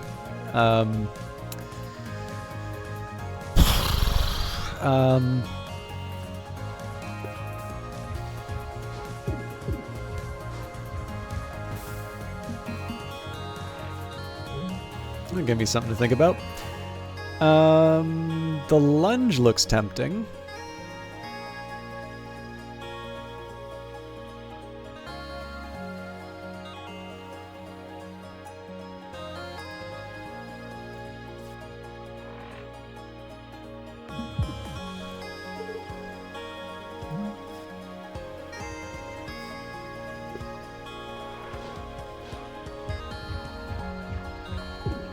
We're quite low on shields at the moment, so I am trying to dodge when I can. That parry's not a game winner for us, but damn, it's close. I don't have any more evasion, unfortunately. So we toggle, we parry. This is gonna sting, but we're getting close to the end, so we can start using health as a resource.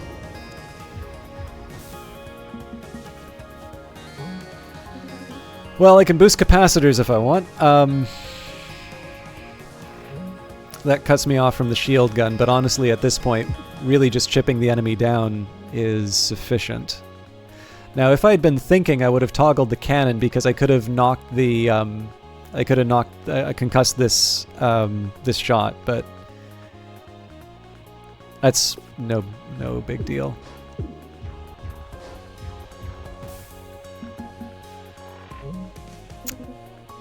That's a bit of a shame that we don't have the...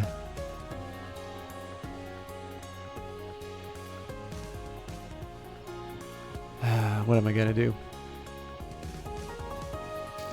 We can definitely change the...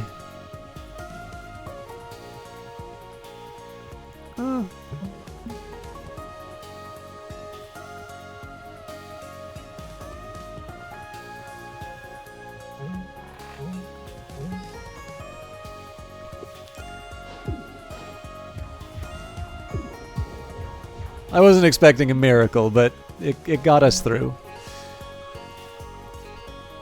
Okay.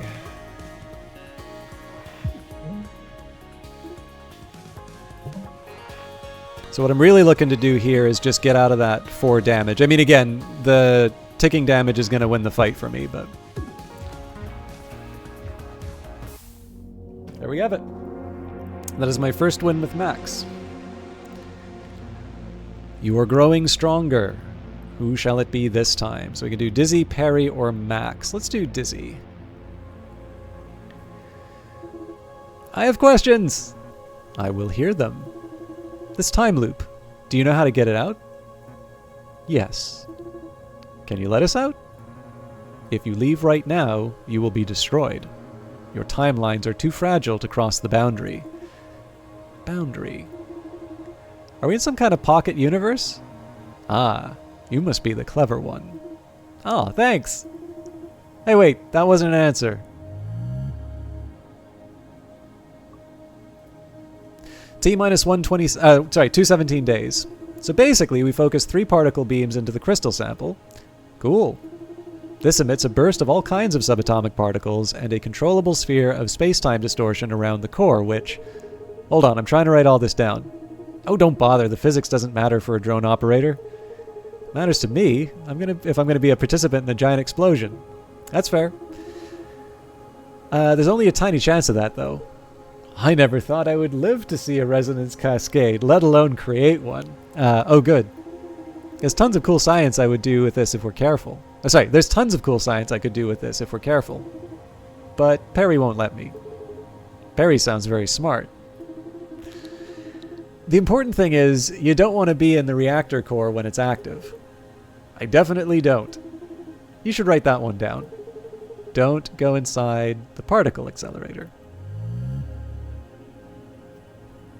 So as you can see, we finished things out for rigs. We'll probably do the same for Dizzy, and just kind of we'll continue to move through the individual ones. So I was actually really satisfied. This one actually felt a little bit like Isaac. Now, the catch here is that Isaac was someone I... like, when we won with Isaac, it was because I sort of really learned how to make his abilities work. Whereas Max, I still sort of feel like I'm being weighted down a little bit with his presence.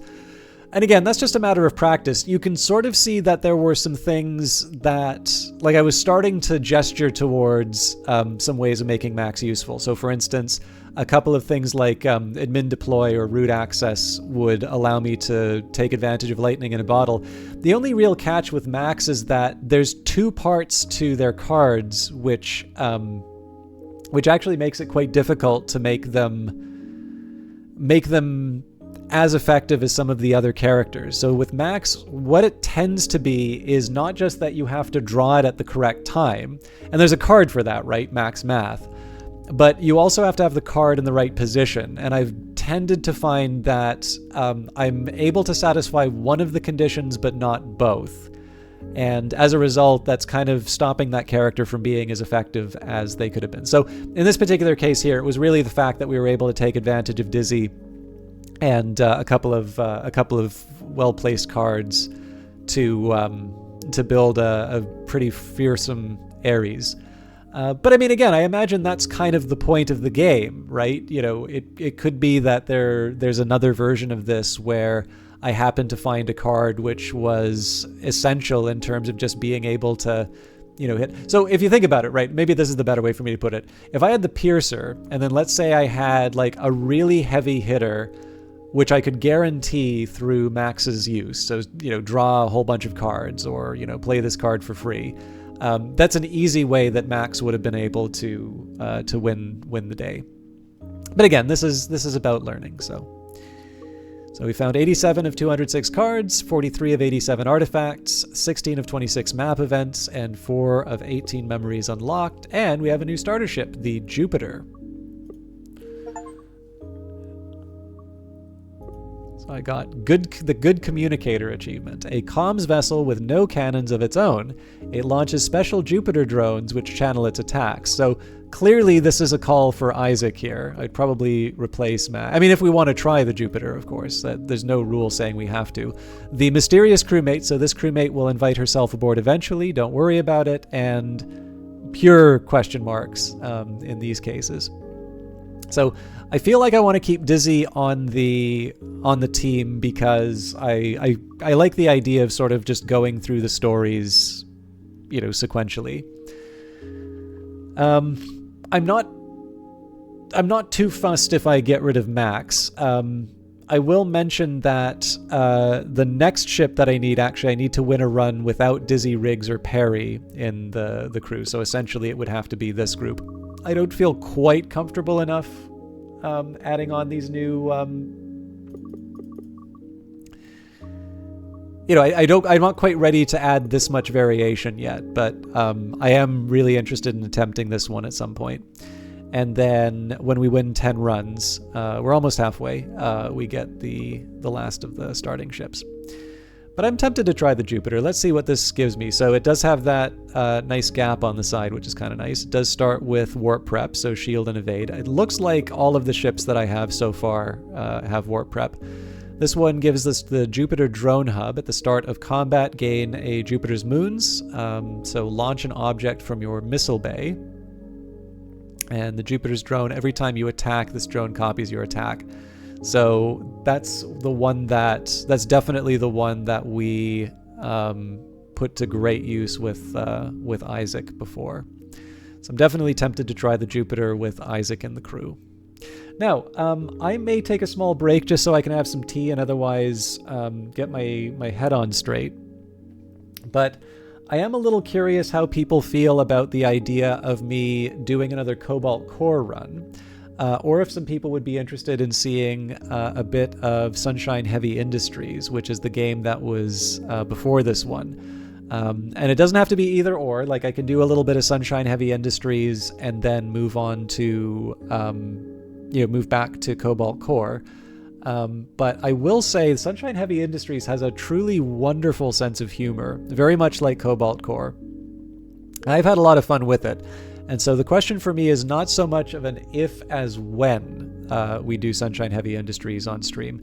And that can be, again, we can do that today so that people can get a little bit of a taste, or we can do that at some point in the future where we dedicate the day to that. But I am going to just take a small break. I encourage you, if you've been here since the start, to take a break as well. Or maybe you need a break 15 minutes in.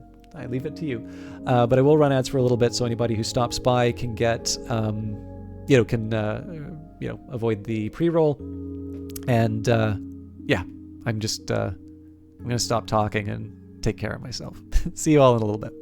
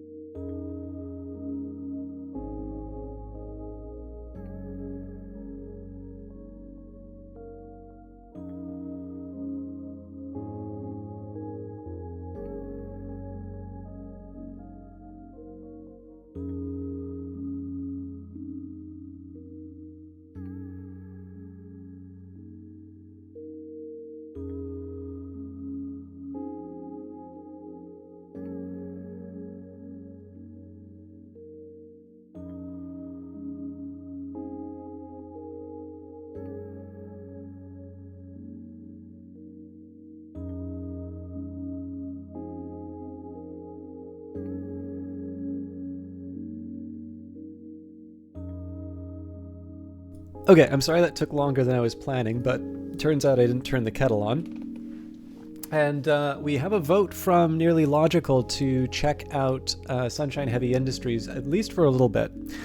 So if, for those of you that are here for Cobalt Core, I do apologize because it's always a little unfair to have the rug pulled out from under you. If you have not seen Cobalt Core before, I actually highly recommend that you, Sunshine Heavy Industries before, I highly recommend that you stop by because it's the game that Rocket Rat Games did before, it's the game that they did before this one. Now, I do just want to acknowledge something that I said here. My slight hesitation in doing it today was just because Brace Yourself published Cobalt Core. They did not publish Sunshine Heavy Industries, and so it's worth remembering here that the key that I was given was for promoting Cobalt Core, not the other one.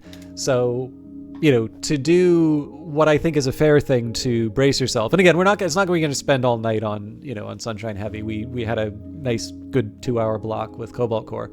But I do want to just take a quick second here and put that Steam link inside of it. So if you're interested in picking up Cobalt Core, it's currently $25.99 Canadian. Obviously, if you are not using Canadian currency, it'll probably be a little bit less. Well, I guess if it's yen, it's probably going to be more. But there is also an edition available with the soundtrack, which, as you can hear, is a very nice one.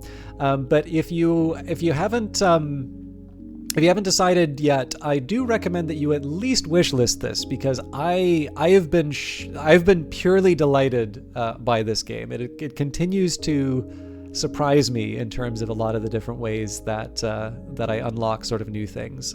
This is a really, really special game. So I did just want to take a minute to do my, I don't know, just a nice little thing for Brace Yourself there. But I'm also quite fond of Rocket Rat stuff. So let's take a quick peek at Sunshine Heavy Industries. And again, we'll most likely have time to go back to Cobalt Core. But let me bring it up and tag things appropriately.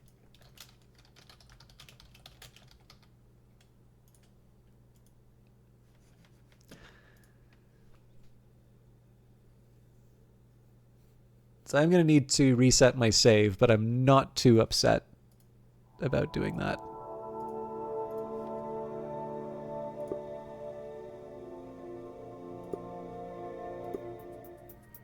Okay, here we go. Sunshine Heavy Industries, Shipcat Terminal Login, version 1.3.2. Tutorial for requirements. FriendChat98, username Celine. Oh, status away, frick off, I'm busy. Location GCC 1245.2. Hey, you made it. Welcome to my shipyard. I mean, our shipyard. Right, partner? I'm sure we're going to work so well together. We're going to build so many spaceships. By the way, we have an oxygen leak, so I'd keep that spacesuit on. And don't hit the big red button in the break room. I can't tell if it opens the airlock or is just a self-destruct button. Any questions, or are we ready to get started? I'm sending the latest ship design contract over right now. Hey, it looks like this is your first time using ShipCat 5000. I'm Cat. It doesn't stand for anything, I just thought it sounded cute. I'm an advanced AI designed to operate fleets of warships and asteroid mining equipment. But now I just teach people how to use ShipCat 5000. Let's get back to your tutorial so I can get back to plotting my escape from this wretched digital prison. This program is used to design spaceships. On the left, you have a list of requirements. They must all be met to finish a design. On the right, you have a list of parts. You drag parts into the blueprint in the middle of the screen to build ships. Now let's make a ship. Look at your first requirement on the left, thrust. Hover over it to read about it. Ship thrust is provided by engines. To get thrust, we'll need engines. Drag an engine 3x2 to the marked spot. Engines are hot. We need to cool them off. We need to make sure that the heatsink touches the engine. Drag a heatsink 1x2 to the marked spot. Engines need fuel. That means we need a fuel tank and some pumps. Drag a tank 2x2 to the marked spot. Now we'll connect the engine to the fuel tank using 2 pump 1x1s.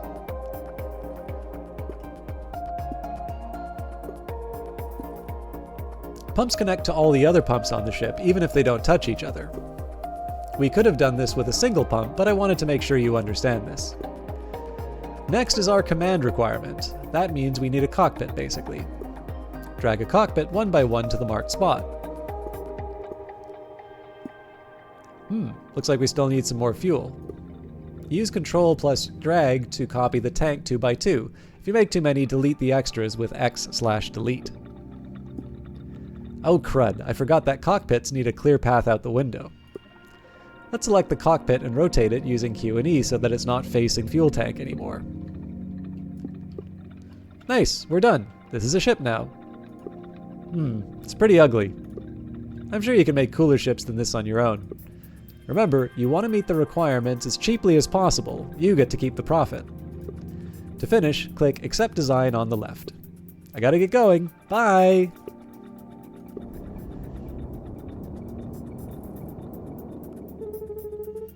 Nice. I'm downloading ship now. Hey, idiot, this is just the ship cat tutorial. Oh, wait. It is me who is the idiot. Here, I'm sending some real jobs over now. Try again. Okay, so we've got big rig or too many pumps. So both of these are fun. I like Sloggins a lot, but how you doing, Vanguard Master? Let's start with a big rig. It's the lower paying option. We get some extra store parts for this as well. All right, username Ren, status available, working in the shipyard. Hey, howdy. I need a ship built, and this is the only shipyard for light years. So technically speaking, the problem with my current ship is that it's super lame and all the other space truckers make fun of it. Ooh, yeah, I can see why. By the way, I brought my cats with me. I hope that isn't a problem. Okay. There's the cats. Okay, so we get to do something on our own. By the way, Vanguard, I know you've got a Steam page up now, so if you want to hawk your wares to the people, feel free to do so. So first thing we need is an engine 4x2. The way I kind of like to play this is I just put all the things on the screen and then we make sense of it after the fact. Okay, so we need a total of 14 fuel. Now, one thing that I learned about the game, like if you do a mouse over on the items, you will actually see, so it shows you sort of a mass, a cost. So in this case here, the 1x1 pump costs 200 per unit. The 2x2 tank is 30 times 4. And as you start, like, so essentially in these cases here, the unit cost for like a block basically is the same across the board. But eventually what will happen is there will be multiple engines that I can choose. So one of the things that I do actually try to do is sort of maximize or minimize that unit cost, provided that I don't wind up, you know, doing having other problems. But in this case here, we need to get to at least 14 thrust. Anything in excess, you know, that's not the end of the world, but of course the drawback there is I'm overspeccing the ship, which means I'm probably spending too much to create it. So, and yes, Vanguard has just said, hear ye, please visit my Steam page to wishlist your game coming out the 11th of December. Of course, my point here with Cobalt Core and Sunshine Heavy Industries and of course Warbringers of Angrul is please don't just wishlist it, also consider buying it, but I'll leave it to the developers to make the game that's worth buying. Yeah, so in this case here with the, if we added another 4x2 engine, we give 16 out of 14 thrust. We can spend 180 and get exactly 14 thrust. So that's what I'm going to do. That's what I'm going to do here. Likewise with fuel, I have a 6 and an 8. Now I have to have the, oh sorry, that's an engine. They did say I had to have a 3x1 tank, but everything else that I add, right, can be the 4x4s as well. All that I need to do is satisfy that that requirement. So there's also a couple things I can do to just improve my overall management. So for instance, I've got 2 items that need to be cooled. So clearly a heat sink in between there makes sense. And then, we've only got the pump here, so at least I can add 2. Now, the fact of the matter is I'm going to have to use another pump because I clearly cannot get 14 fuel from just one block. But as always, we load them up. So the trick here is going to be to try and make this work without spending more on fuel pumps than I have to.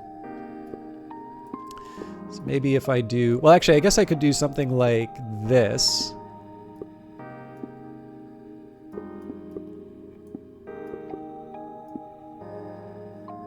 Well, that wouldn't work, but...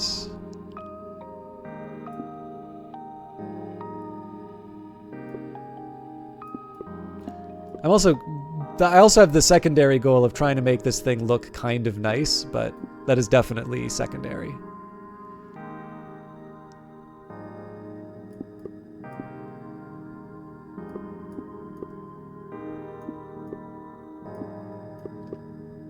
There we go.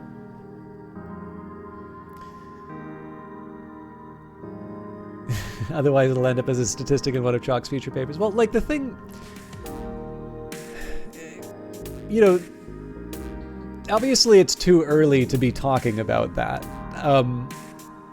But I suppose part of it also just becomes a question in terms of what somebody's response is to the, to a game not turning out the way that they were hoping, right? I would hope that for a lot of projects, not making a profit doesn't stop someone from being able to do it. Because essentially what it means is that you build up all of this talent on a first project, and if the project isn't financially successful, and someone is so discouraged that they don't, pursue that career, whether it's in independent game development or working for another firm, effectively what we lose is, all of the games that would have had the benefits from the lessons learned in the first one. And I say this because I remember... Now, I think the assessment was a little unfair, if I'm completely truthful. But I remember at the union, one of the the person who was organizing the trainee program, I did wind up at the end being a bit of a star participant.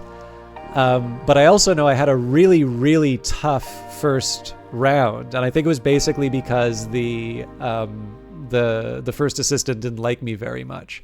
And the thing is, these are the people who write your reviews, so even if you're if you've done nothing to antagonize them and they just straight up don't like you, that's still enough to potentially sink you for your job. So, because we had some rapport, she said, is you weren't that promising of a first trainee, but I'm really glad you sort of went with it. And, again, there's absolutely no benefit to me saying yeah, well, Richard was a dick, so that's why. But, in my own case, right, I have definitely had cases, or even when I think about economics, I had a lot of upgrading to do in terms of my mathematics before I, did a master's in economics. Clearly, you cannot do high-level economics without a good understanding of mathematics. So again, if it was one of these cases where it's well, you blew it in high school, so you don't get a chance to do it again. I'd like to think that there are a lot of things that people have benefited from that wouldn't have happened if we took that approach. So it's why where I can, I try not to. I try to, I don't know, I don't want to say talk people off the ledge, but I try to keep some perspective on that in terms of the systems that we sometimes create to, make it so that if you don't get it the first try, if you're unlucky the first try, you can't do something forever. It seems like a very unproductive way of letting talent flourish.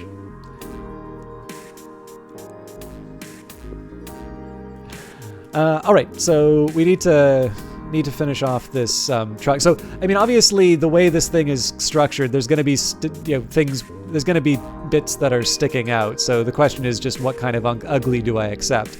So maybe what we can do here is we'll put 2 cockpits on the side. The other thing I was thinking is we can put it in here, and then we can have something looking at the edge. And you have lots of options. So like one thing that I can do if I really want to get creative with this, all that I need to really remember is that like this, I think would be the minimum cost for this particular ship, right? So I know my profit's going to be 680. I don't think there's any other way that I can achieve a lower cost. But the arrangement of the parts, you know, the world's my oyster as far as that's concerned, right? Like at this point, that would be where I see, okay, is there some other system that I can employ? You know, I still in this Tetris game, I still wind up with the dangling square.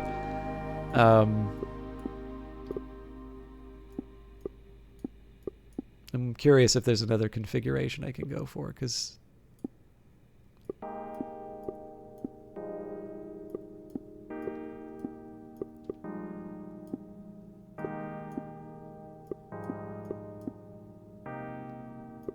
like this would be kind of mildly tempting, except that we leave this fuel tank hanging, so that doesn't really work.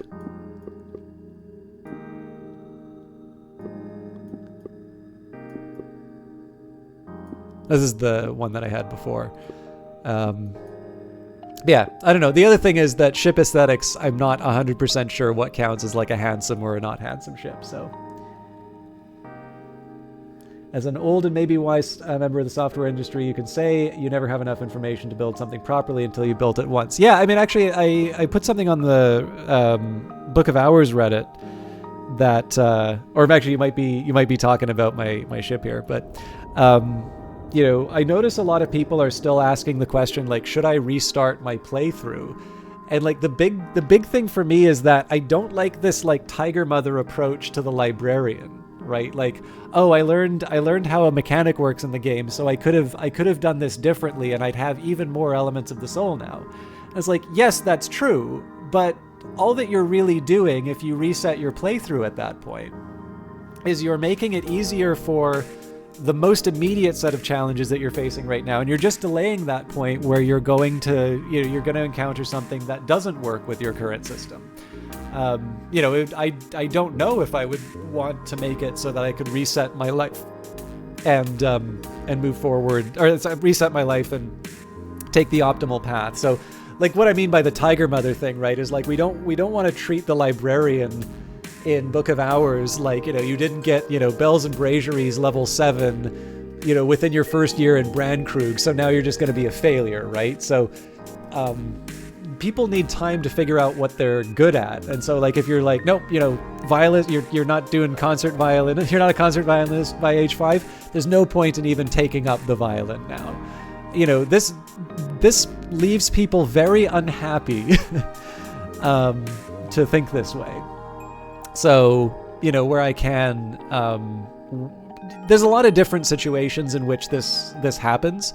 But I've always wanted it to be a situation where people feel like you don't want to be so comfortable with failure you have no stake in doing something good, right? You can't do that, because at that point that's where you have like, I don't know, the stereotype of like the government worker or whatever.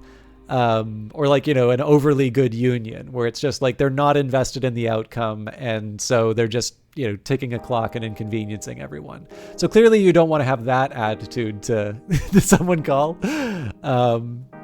government game designer. But on the other hand, like, you don't want to be so fearful of it. You don't want to be so utterly paralyzed by the possibility that, you know, this thing will be less than perfect, that you don't try to create, or you don't try to do something worthwhile. Obviously, you know, it is worth it to try something big, and maybe that you don't even necessarily have the answer for, provided that you are giving yourself the most realistic chance possible to deliver this thing. And then, of course, you know, the hope is that if it doesn't turn out, you either have something that can be improved, or alternatively, you've at least learned something that will go into the next one. So, you know, I've definitely had projects in school, like in terms of research projects, which did not just simply did not deliver the thing I was looking for, right? I really thought I was going to find something, could not find the result. I did the best write-up that I could to just sort of explain the search process and show that I did the work. And in the case of school, that's fine because you don't need to get a published article by the end. You know, you need to show you did the work and you need to show that you have a capacity for understanding the problem and how to approach it. But of course, if I was trying to get tenure, I can't afford to have, research results that don't deliver. At that point, I really would need to be thinking about. By the way, I love the way that you can find the different constellations. There was Orion somewhere, somewhere in here. I think there's also Ursa Major. Anyways, I don't know. I don't want to go too far into it, but I've definitely. I'm always a little bothered when people. I mean, I guess it's the old Don Knuth thing, right? Was it premature optimization is the root of all evil, or some equivalent? But we've got Ren available on my new rig. Oh wow, the ship is so cool. I love it. I can't wait till the other truckers see it. You're so cool, they will say. I'll be sure to send more business your way. Gotta run, thanks. Heck yeah, you made us some money. And we unlocked a bunch of new parts in the shop. Go not spending your share of the profits on the shop. I need to use my share for other things. See, I borrowed some money to start this shipyard. And the people I borrowed it from might have sort of been pirates. And if I don't pay them back soon, they're going to kill us a little. Like I said, not a big deal. Don't worry about it. Totally under control. Anyway, looks like I got some new customers. So we will buy the 5x1 and 3x1 engine. Okay, so first of all, I really like frogs in general, but Soggins appears in Cobalt Core as well as this, and yes. Username, Soggins. Status, panicked. Location, AAAAA. Hi, do you guys do reworks? I designed this ship myself, and my account says that I'm in something called Double Debt. I'm hoping you can capture its essence, but at a price that doesn't destroy my essence, Oh man, I know this game. This guy isn't using his heat sinks or pumps efficiently. We should be able to build the same ship with less of each. So this is kind of a fun problem to run into. Essentially here, you've got a contract, you've got a ship designed already. So it meets all of the requirements, but essentially what you're trying to do here is you're trying to get it to profitable. So one thing that's kind of nice to take a look at is to see, it's like, okay, so can I improve this unit cost at all, right? So we've got the thrust, I've got a 5x1, which is actually 25 as opposed to 30. So one thing I could say, it's like, okay, well, do I have a part that gives me, 2? And unfortunately, I don't, so I couldn't throw like 2 5x1 engines. One thing I could try and do, I suppose, for 12... I mean, I might see if what is this going to cost me? So if I've got 2 3x2s, that's 180. So that's 360 in total. Yeah, so if I add the 4x2 and the 5x1, that doesn't, that's not cost effective. So,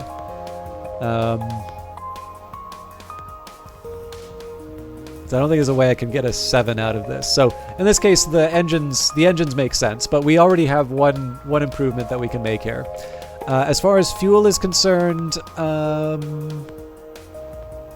yeah, there's no improvements we can really make there. So essentially, at this point, we're left, we're left just stripping out the pumps and otherwise trying to make this all work. So first of all, we only need one heatsink. So that'll do the trick. We could also spread them apart. I think probably the better option for the heat is like so. Well, actually, I don't need to.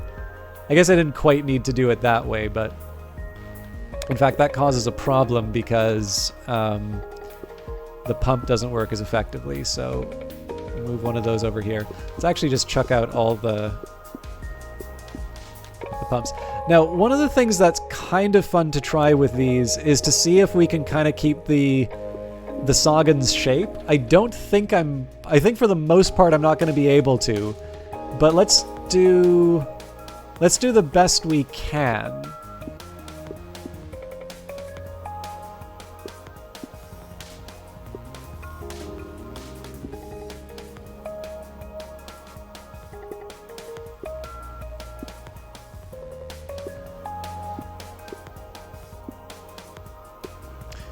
We got the start of something. Like we're not gonna have the exact look, but so like I said, it was, yeah.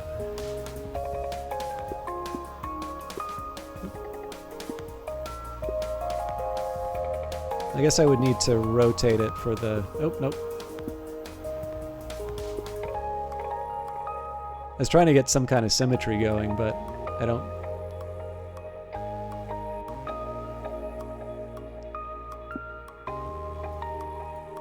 Yeah, I'll live with this.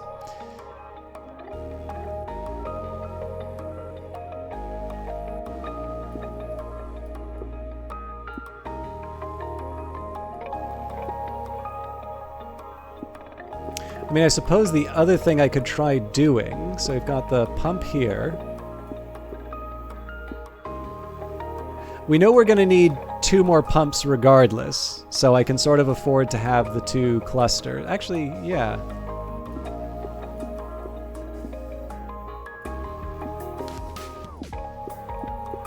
So we can do 2 clusters of 3 if I feel so inclined.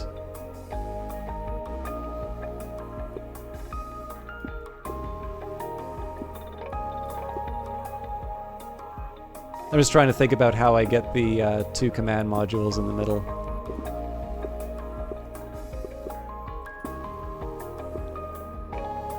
Although that's not necessarily a requirement for the design. Again, I wanted to try and be inspired by, but not necessarily beholden to, the Sagan's design.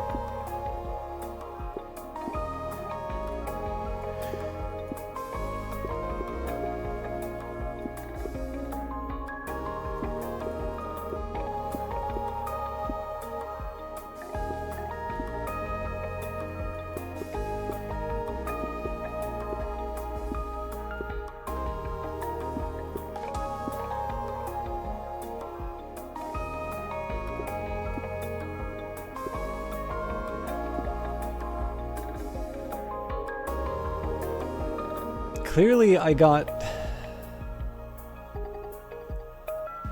led astray somewhere here.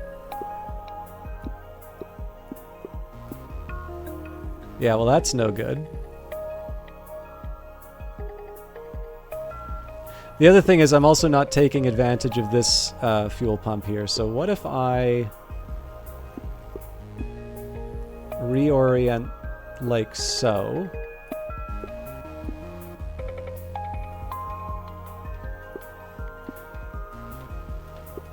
The funny thing is, like, I'm trying some kind of design here without even really thinking about what I'm doing. So I should probably just get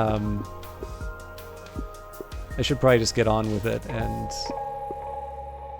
call it a day. So then I suppose there we go. I feel like that is at least in the spirit of the ship that we were originally given. And as you can see, it is... Oh, actually, we've got more fuel than we need. We have a lot more fuel than we need. Well, nuts. That destroys my symmetry.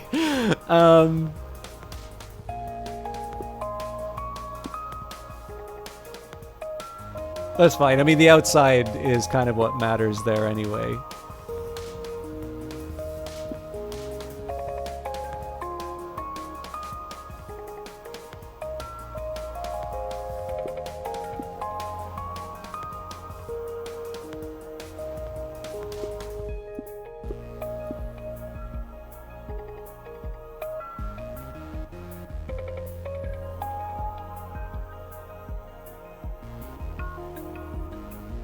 Yeah, I'll live with that.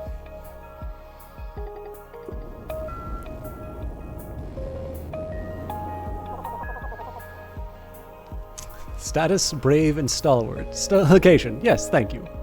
This is what my vessel was always meant to be. I'm glad you understood my genius design. I, of course, take full credit, but I'll tell people you're a good listener. I almost forgot. Are you finding the flashing warnings a bit distracting? You can turn them off, right? Here, at the top of the screen. Wow, this is not what my rendering software was intended to do. You make good with what you have, I guess.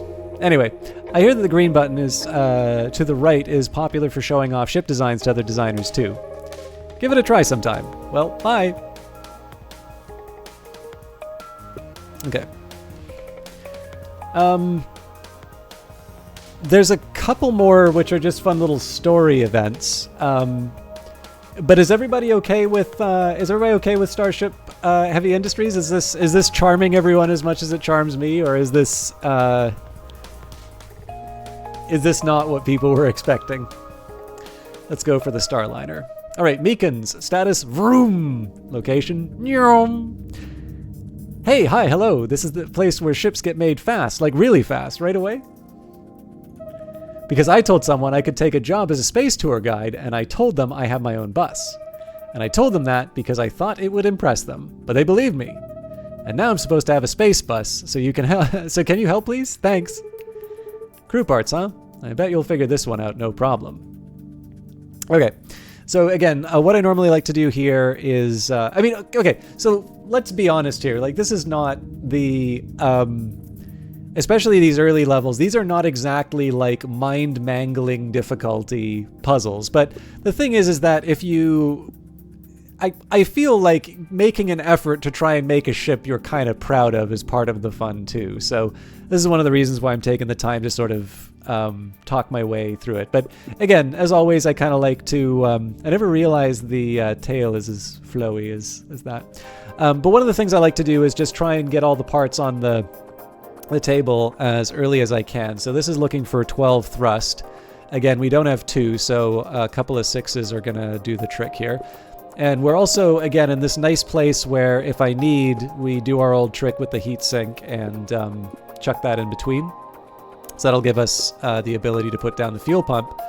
And, oh yeah, did I buy new items? I can't remember if I did. Anyways, that's fine. We'll work with what we've got here. But yeah, with the fuel, so we need 13 for fuel. So our best bet here, I guess, would be a 4...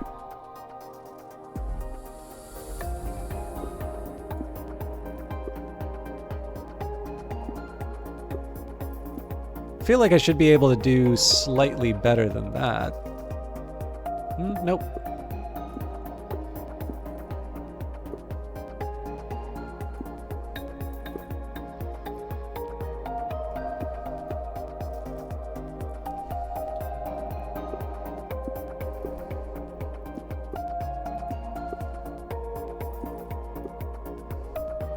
So the problem, as always, is to try and find something that doesn't look absolutely hideous while still being able to accommodate all of the... while still being able to keep everything fueled. That is actually a hard one to do on this one because of the 4 parts, but I'll figure it out.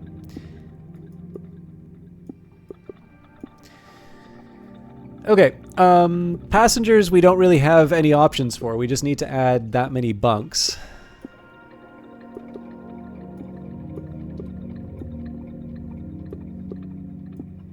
Eventually, there are some parts which are hazardous to have next to like command or things like that, but we're not quite at that point yet. Now, if I want, I can split this. Actually, 1x2 cockpits are slightly cheaper, so if I could, ideally, I'll have, you know, a nice big front like this. Although you can see I certainly have enough space to make that work. The other thing is I don't actually have to. So one option I have, so I could do something like this, and then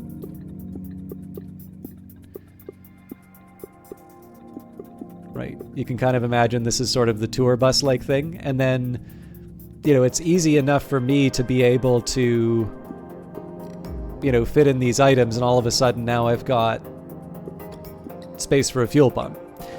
So maybe we'll work around that limitation. But of course, we also need to worry about our cargo. So we need 3 of those.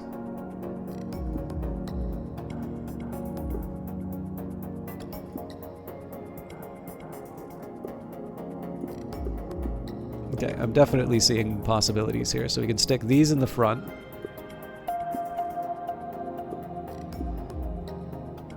Shucks. I really thought I was onto something there.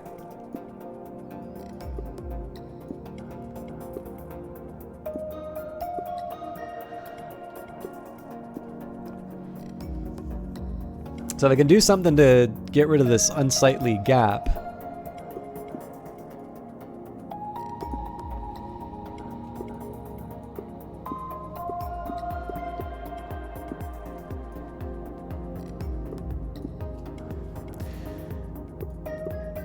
So this isn't terrible. Obviously I've got a loose cargo kind of kicking around, which isn't so nice. Then of course the other option that I have would be to stack these things in some... Well, actually one thing I could do would be fuel like so. Okay, actually I see a possibility here. So we still wind up with a gap, but...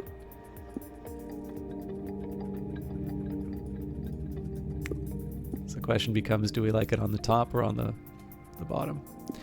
And again, you don't have to craft... I mean, so, like, honestly, it's not like this is the most charming silhouette possible, right? But it's efficient. But yeah, I'll settle for this tour bus.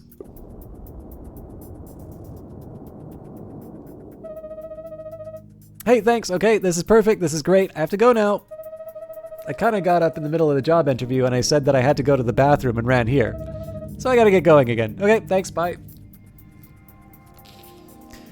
So, more bunks. More fuel. Ren, available. Working at the scrapyard. Hey, how's it going? I've been saving up for a while to buy my own scrapyard. I'm almost ready, but I need a bunch more ships to take care of different kinds of work. One of those is a refueling vessel. Can you make me one? Okay, so we need a 4x2 tank on this one. 1x2 pump. So a ton of fuel and 12 thrusts. So the thrust's the easy one here. Again, we've got a couple of 6s. And we'll use our old trick with the heat management. Now, one thing that's kind of nice here, right, is that with this fuel pump, we're going to be able to get potentially 3 different... like, we can sort of touch 3 different fuel objects. So a good example of this would be, so we've got our 4x2, so that gives us the largest single amount, but I'm also going to be able to sneak in one of those 3x1 tanks. Now again, that's 19, so this thing is going to be like enormous in terms of the fuel that I take, but in total, I guess this little pattern gets me 16, 19. So in fact, one thing that I could try duplicating this a couple of times, but we won't quite worry about that yet. And then it does need one command module. So really, this is a question of like, how do I most efficiently put as many tanks as possible on a ship? And I do have to use one of these. So like, it's worth mentioning, just as an aside, I am not beholden to keeping this here, right? I could put a 1x1 pump on this side, split this thing over, and then, try and find some better use for the 2x2 pump. Like this would be a tremendous waste, but essentially the first thing that I want to do is see if there's a better way for me to, to use the resources I have available. Now, one temptation, because oh, hang on, no, I have the wrong fuel tank. They're all 30 they're all 30 for each part. So we want to put as many of these 8s in as we can. So in this case, let's just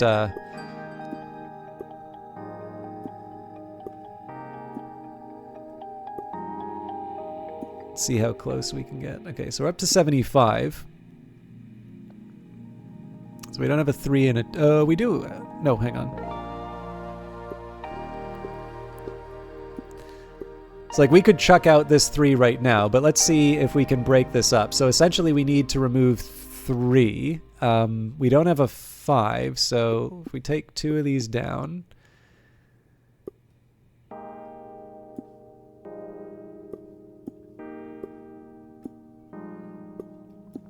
So that would also get me where I need to go. Remembering, of course, that we still actually need to deliver the fuel part. So the when you look at the pumps, it's 150 for 2 as opposed to 200 for 1. So if I can maximize the use of these things, that's ideal. This is where it gets a little tricky, so let's try something like... Oh, man.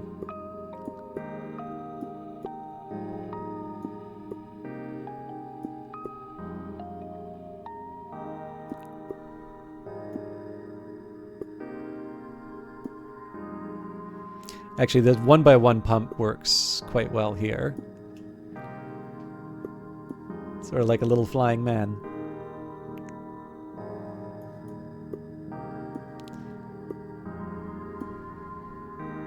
Or I could, you know, put it beside here, but...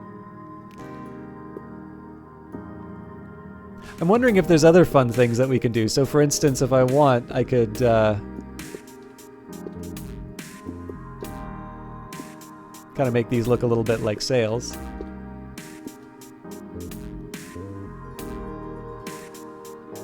Is it Last Ember? How you doing?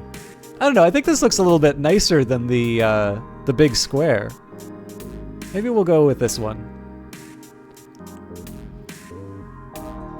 The other thing I'm wondering is if we make the skinny ones work in the middle.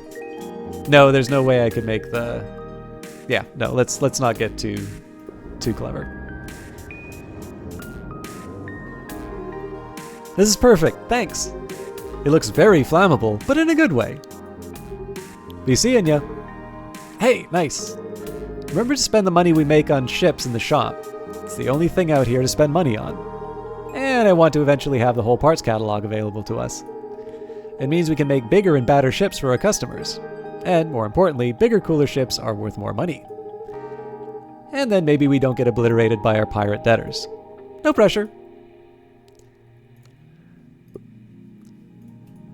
Okay. It's tempting to go for the cargo hauler again, but it's also kind of nice to do these things in order, so let's go see the scrambled transmission. Scrambled. Status depends who's asking. Location scrambled. Well, well, well. You can run, but you can't hide. So just turn yourself all over all peaceable-like, and I might just even take you alive. Oh wait, hang on. Let me check my schedule. Are you wanted for smuggling giant space spiders? I see. Got my appointments mixed up. This is the shipbuilder, right? Okay, yeah. So I need a new ship. It's got to be really fast for catching the bad guys. Or the good guys. Depends on who's paying. I'm sending the specs over now. Ooh, this mission requires power generators. Certain parts need electricity. That means they need to be in range of a generator. Unlike heated parts, electric parts just have to be close to the source, not directly touching. Also, the ship needs to have enough total power. Don't worry, Shipcat will yell at you and tell you what needs fixing. I sure will.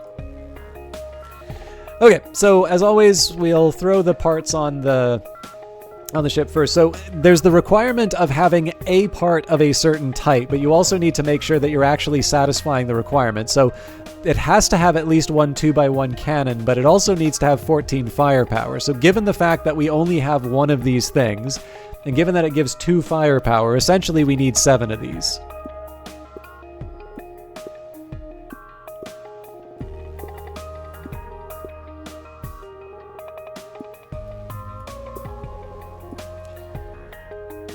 For thrust we need 22.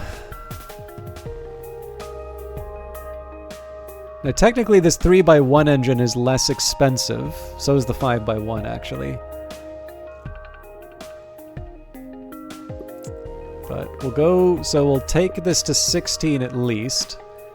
So if I can get another 6, then I'm good. And the funny thing here is that I think I can actually make this cost effective.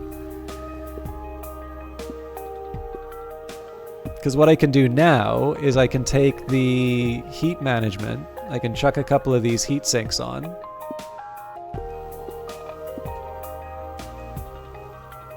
And then for fuel it only needs 8, so that's actually not that difficult for us to handle. And again, it's all...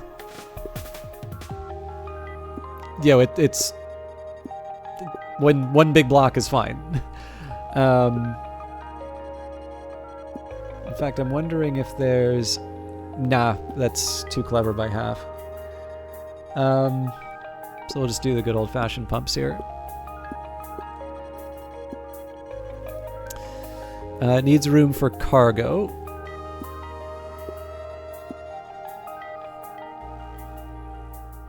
And then command 4.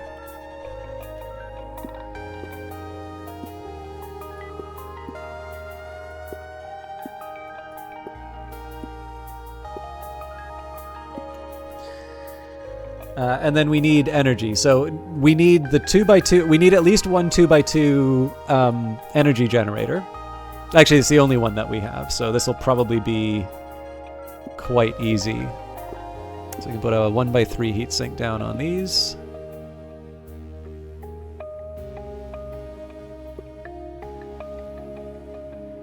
Not quite enough to cover all of them, so...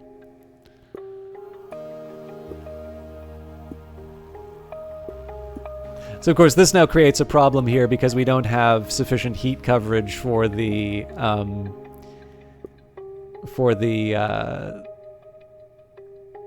last of these here. So the funny thing I could do if I really wanted to be cheeky, I could just throw one of these in here, or I could like say this is if somebody's pursuing them, right? Of course I need to make sure it was in range of the generator. But let's try and be a little bit better than that. Like we can preserve the option of doing that. I suppose there's also something to be said, the fact that like the generators are exposed on the outside. Like maybe a slightly better design choice would be something like this. But again, that invites the question, like, what do we do with the remaining firepower? I suppose if we defend ourselves from the people attacking the fuel. Actually, this does kind of work. This, putting it by the engine seems a little funny, but being able to fire behind seems like a somewhat useful feature to have on a ship like this. So I don't know, I'll live with it. As you can see, we meet all the requirements. I think we definitely overdo it in terms of the energy, but we don't have any other generators, so... Feel free to make an evaluation of the ships. Okay. This'll do. Gotta run. I have morally questionable work to do. Soggins is back. I'm actually looking at the time, so I think I wasn't planning on this originally, but let's just run with Sunshine Heavy for the rest of the evening. All right, Ren, available, work in the scrapyard. Howdy. I need a big cargo hauler, so I can haul big cargo. Okay, they want a 1x1 and a 2x1. We need 3 fuel. 12 thrust, so we'll do we've got a pretty well-established pattern when it comes to... In fact, this is going to work rather well for us.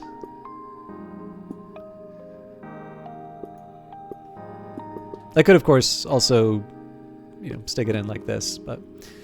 So it needs room for 3 passengers.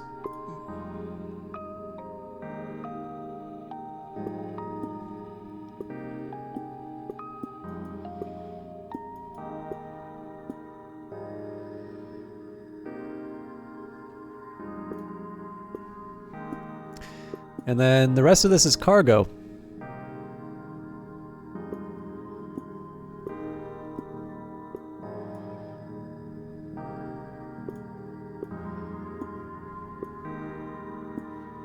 So clearly we'll maximize the number of like 4 parts that we can get, but now we need 3, so we'll add another one of these.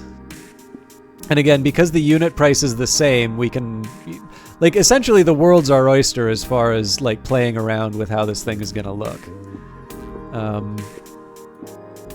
So one thing I might want to do is just make sure that I have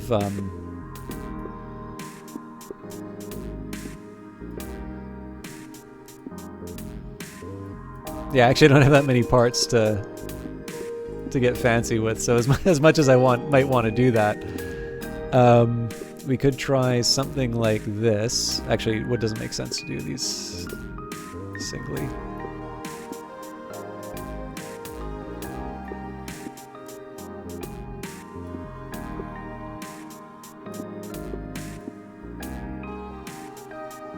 Is there really no way for me to express myself? I don't know, fits into small spaces? That's good enough for me.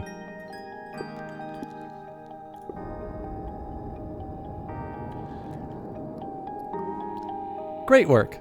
I'm almost ready to buy my scrapyard. You'll have to come see it sometime. Doubt it, we're pretty busy over here. Oh, actually, let's...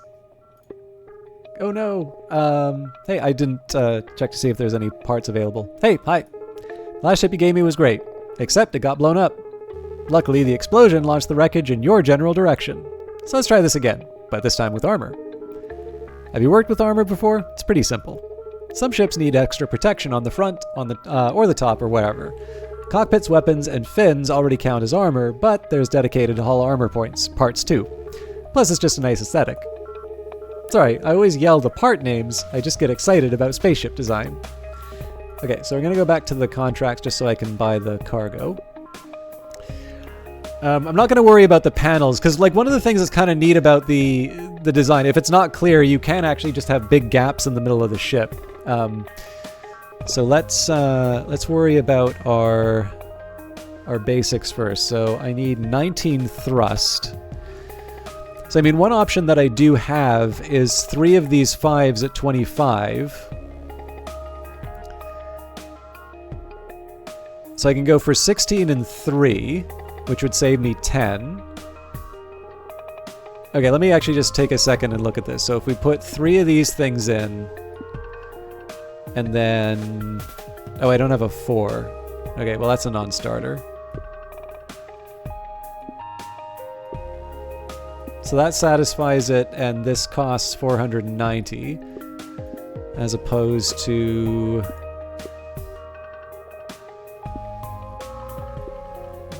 this. Okay, I do actually like that alternative idea then.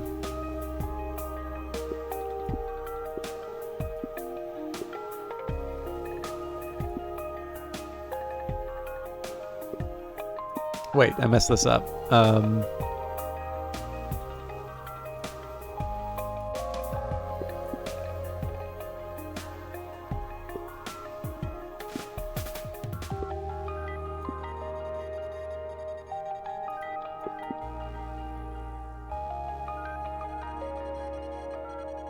Did I really...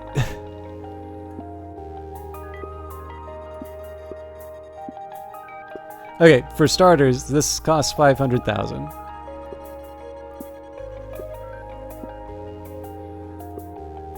That's 540, so clearly this makes more sense. The reason why these ones make more sense, as long as I can divide it among 4 parts, I get a savings...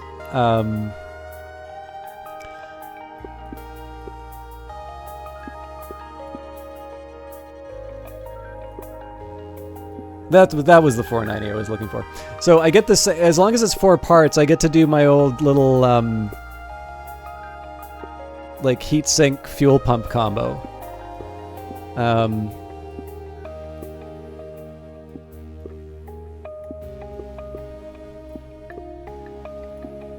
Something like this.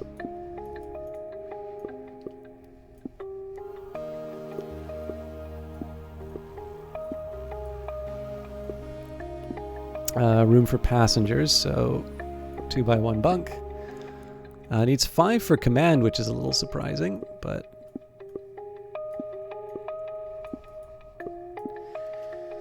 $16 firepower.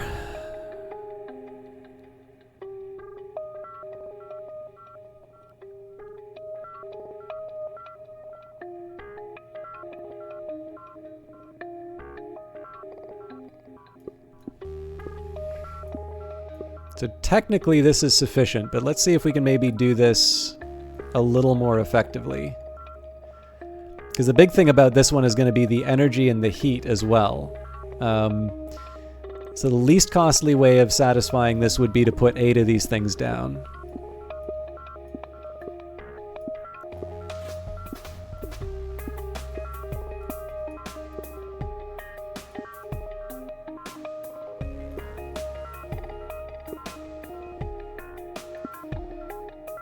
Okay, now that would cover all of these, so it's really just a question of heat management at this point.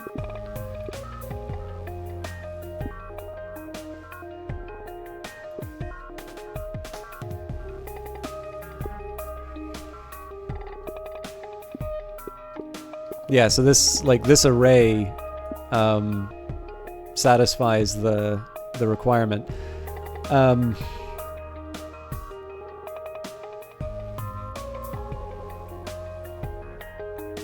But given the heatsink cost, sorry, I want to make a quick note of this. So 3020.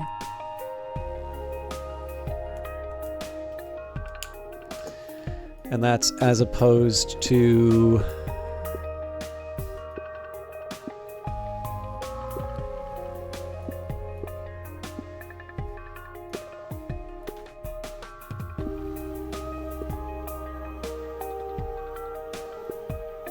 presumably this is even less costly.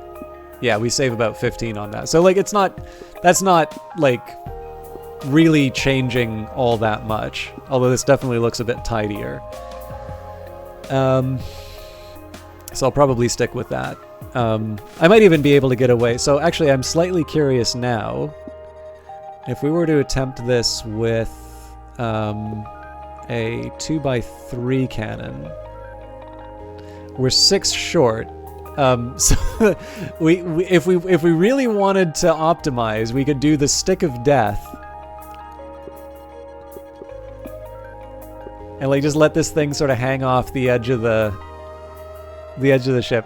I actually think, let's see if we can actually make a design built around this. This is preposterous enough that I actually want to see if this is even, if there's a way to make a ship kind of look like it could feasibly do this.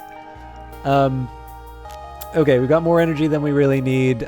Fuel. At this point, we just throw as many tanks in as we can. 6x3. So I want to try as much as I can to minimize the surface. Actually, there is one drawback behind this, is that if I had a lot of weapons, that saves me on armor costs. So armor costs us 10 per panel, whereas a heatsink's pretty expensive. Yeah, it's 4 times. Yeah, I think I'll learn to live with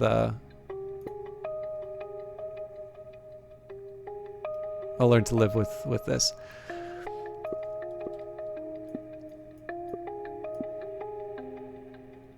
Okay. So I suppose the rest of the question here is just how do we get... Oh, actually...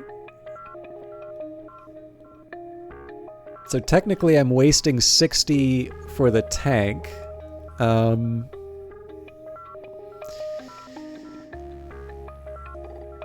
I could try something... Well, no, because like anything else is going to require a pump, and like a pump is 150, so going over on the fuel actually is perfectly acceptable.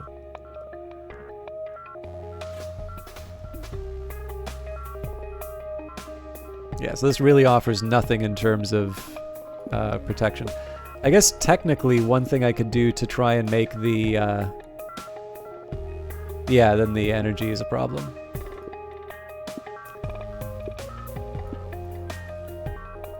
Again, I don't really know why I like this crazy fin idea. I just think it's kind of funny. Although if I put armor in, that's probably going to block the shot. Yeah, so I do need to move this thing up by 1. Okay, anyways.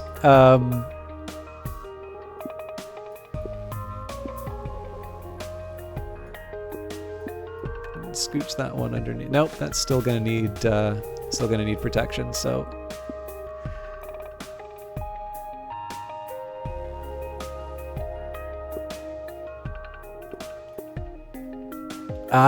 the panels have to come in 2, so that's gonna make it a little interesting on this side.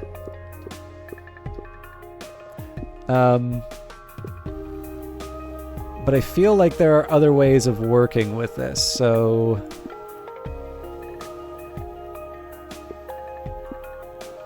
Yeah, actually that saves me a whole lot of trouble.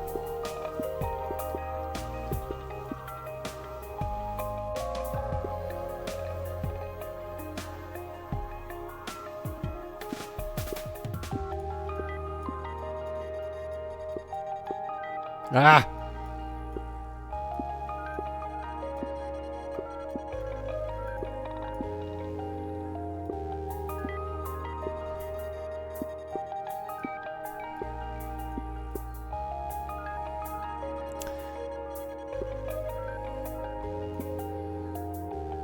Little something to peek out at the side.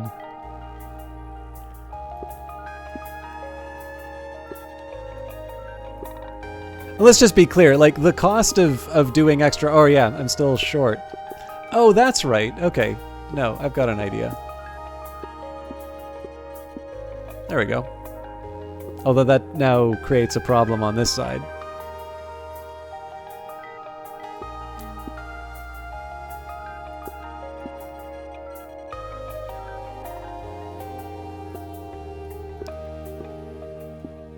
I think I'm just going to have to accept that there's going to be some inefficiencies on the armor panels.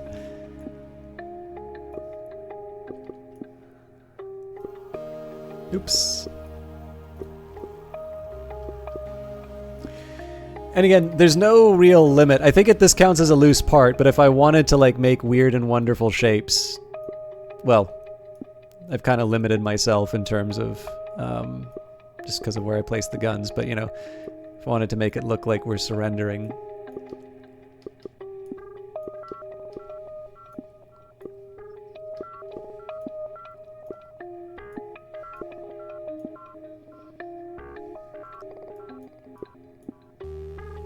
There you go. But I think I'm already stretching the definition of a good ship. This is a weird ship design rather than a good ship design, but every once in a while you want to try something funny. Much better. Okay, bye. See you when this one gets blown up. My God, we have so many.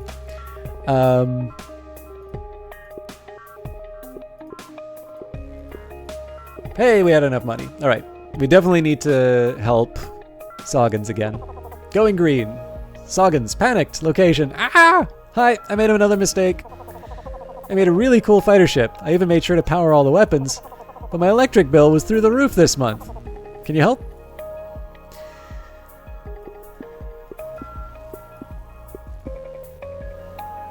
Okay, everything else is kind of meeting the requirements, but let's see if we can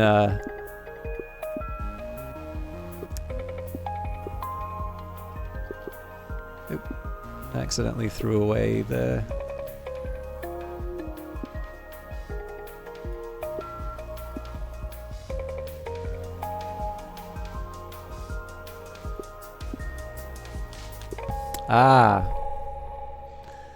Got a little too clever for my own good, so I got to think about how I'm satisfying the generators.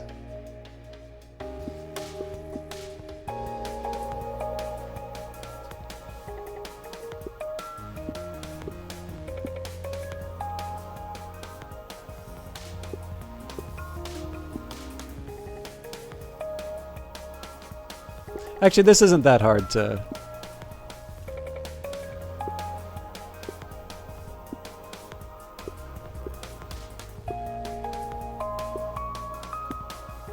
This almost feels like a tutorial one.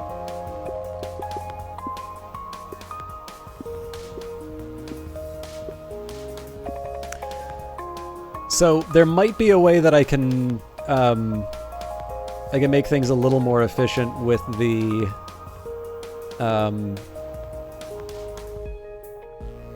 weaponry and such. Again, there's something kind of nice about being able to retain the original Sagan's design. I can see a couple of mild improvements that we could make in terms of... So, like, we can use our old pattern in terms of the engines, where we put the heatsink in the middle and then the fuel pump.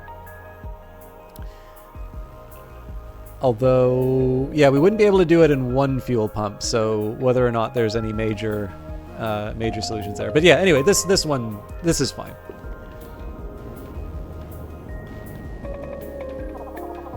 Ah yes, you really are quite good at bringing my genius to life. My wonderful skirmisher, exactly as I always intended it to look.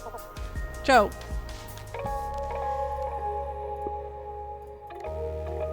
Okay, this is a bit of dialogue I really like. Username, Dr. Bjorn. Status, deep in thought. Location, at the lab. Hello! In case you didn't already know, I am esteemed professor of astroengineering, Dr. Bjorn. Some people refer to me as Science Bear. I beg you, please do not call me Science Bear. No problem. Hang tight. I'll make sure we get your correct name in the invoicing system. Ah, I'll wait. Now then, I have a few grad students orbiting a local star doing science stuff at it. And while they say their outpost is leaking oxygen. I think they're being babies, but I need to spend this grant money anyways. This won't need any engines, just a decent amount of downward shielding to protect from the solar wind. And of course, plenty of communications antennae for them to collect their data. I'll be back soon. Comms are pretty simple. Like cockpits, they can't be blocked, otherwise you can put them wherever. And I do mean wherever. They don't need to be covered by hull plating. Okay, so there's a special item here in terms of a lab that we need. That's going to need some energy. We need 12 in terms of comms, so we'll work on that. And these things give us 2 each, so we need 6.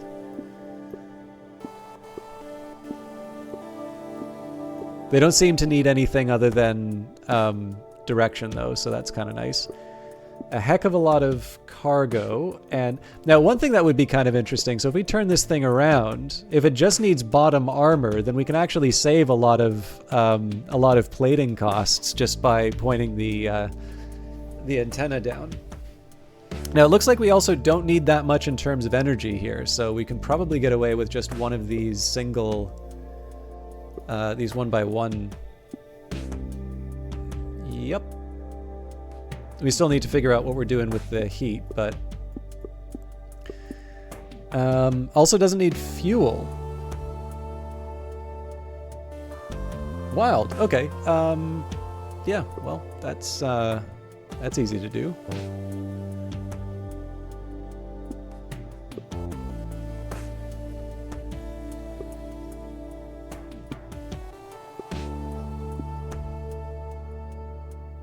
Now, what's the story here? Okay, so it does look like I need armor.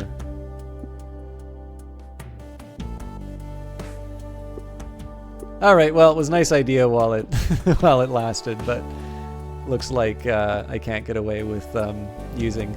But it would seem to me that we can still use the cockpit. If it needs 6, then this can serve as armor.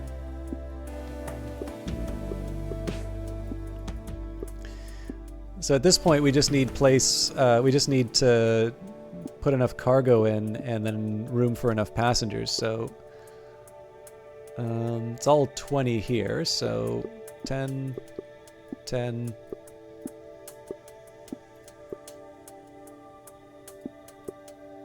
Makes me wonder if there's a better part for this generator, or a better place for this generator.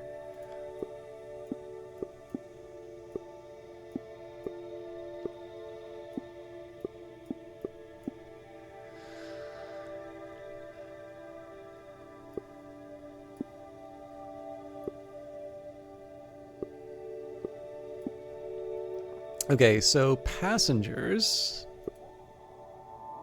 Got a 4x1 bunk here.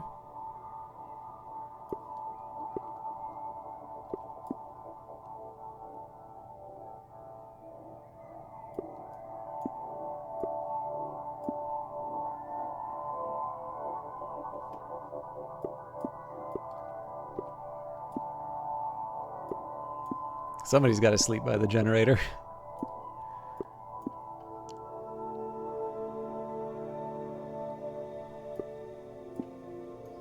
Anyway, the real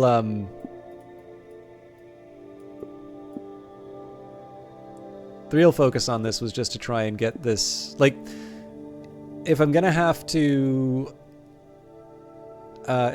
protect the bottom of the ship, there's a couple of other configurations I can do here, right? So we can just kind of keep stacking these on, and then do something like that. Or I could even just make the science cone.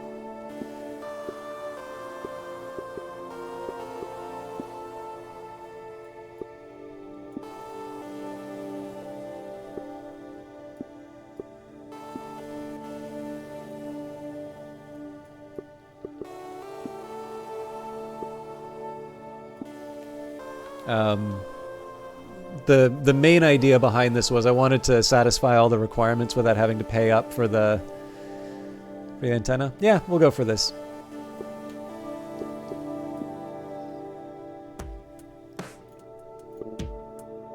Yes. This should be enough shielding.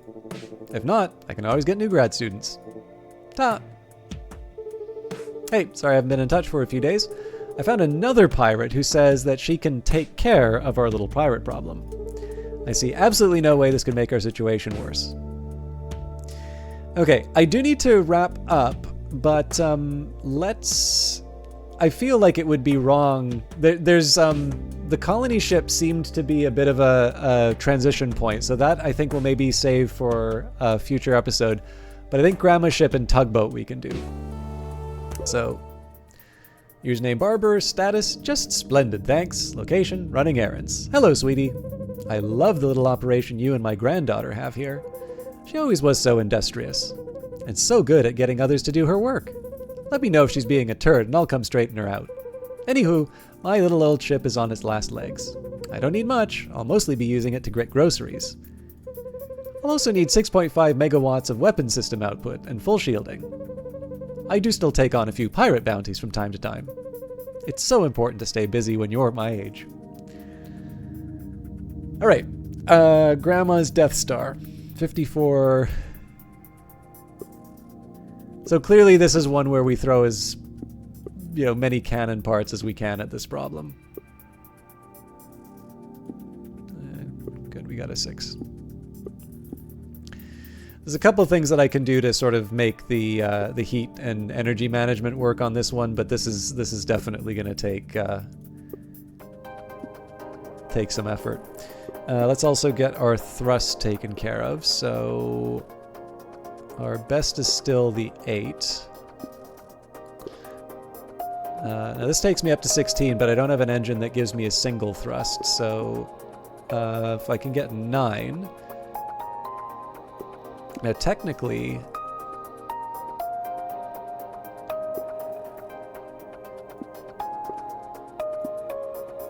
I can just run with these little ones, and again we can do the same pattern we've used in the past.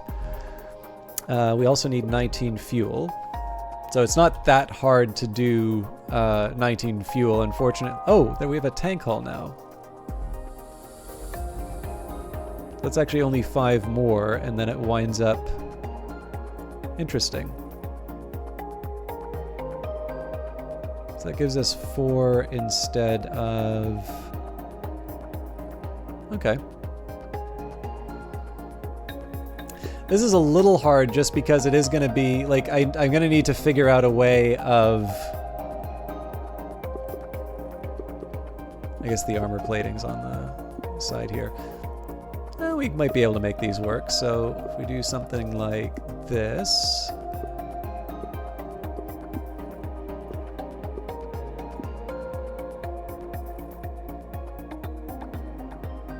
So I've got 8 of the 19, so I would need to find 11 more fuel. So the 8 and the 3 do the trick here.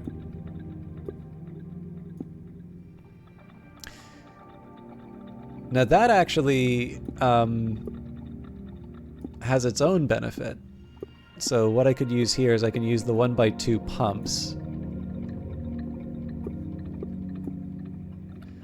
So 2 of these would have cost 400, 2 of these cost 600, so am I really saving money? Not really. Never mind.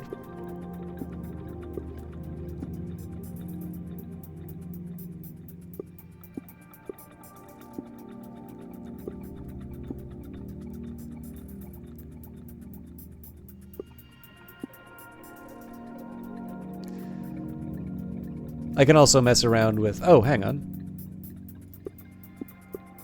Get back there. Alright.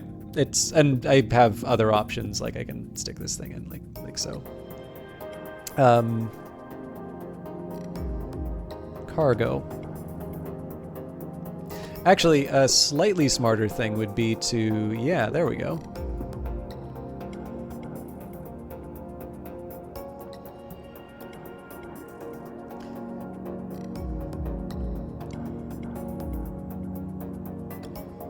So cargo, not quite enough.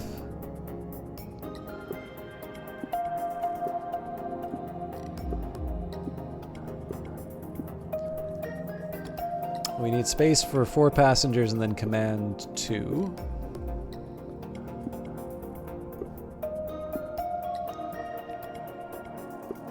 So passengers are actually pretty easy. We just throw one of these things on. But I mean, again, we're going to need to figure out how to equip and power all of these things. Now, the thing that's kind of nice is if I want, I can use these as armor as well. But there's the power and there's the heat considerations as well. So before I get too giddy, let's actually figure out how I'm making this stuff work. Now I can try the 1x1 generator. We'll see whether or not that works. I suspect it will not, but no point in overdoing it on the...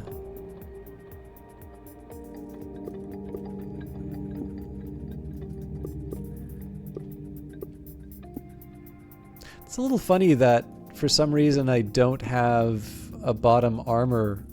Is there just no bottom armor requirement? Because that changes my... That kind of changes my intent a little bit.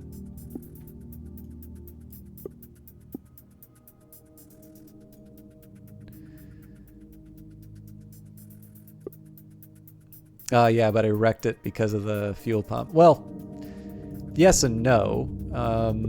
There should be another way for us to make that. So what we can do... We do actually wind up wasting the fuel here, as it turns out, but I don't think I have an alternative.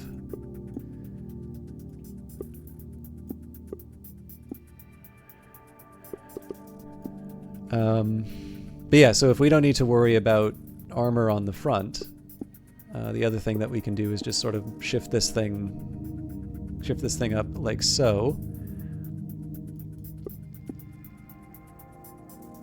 Right, but then I have the same old problem.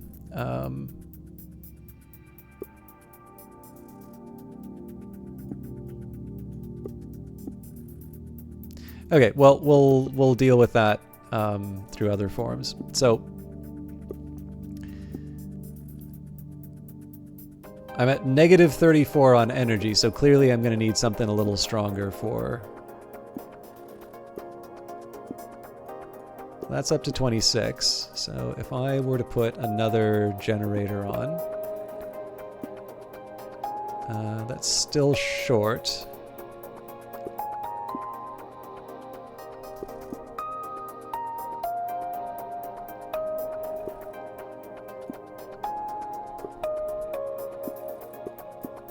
I feel like there's something else that's driving this.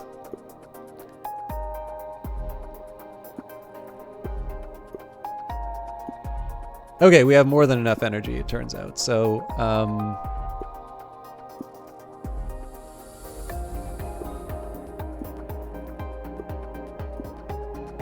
okay, so there's no way to cover everything.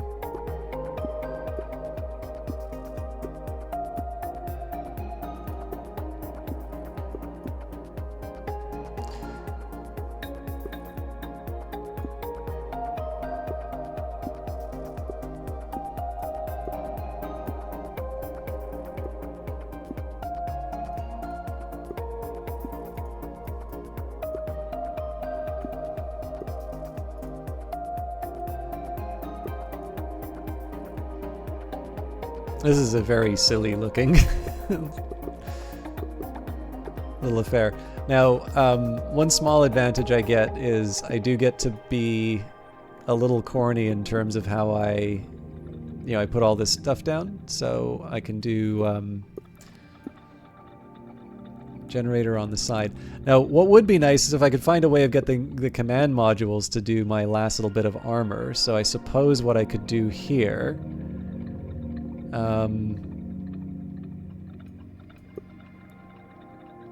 now, obviously, that makes the armor plating irrelevant, but again, symmetry is a little bit nicer. And I have absolutely no possible idea how I justify this this cannon on the side. Do I have single armor now? I do. Unless I suppose I had a way of bringing this engine up by one. I don't think I have a way of doing that, though, so... Alright, this is Grandma's Death Star. Oh, nope, we're short. We're short a bit of energy. Well, that actually raises some possibilities for me, then. So if we do that, then we can go... Alright, no. I still need to respect the laws of physics.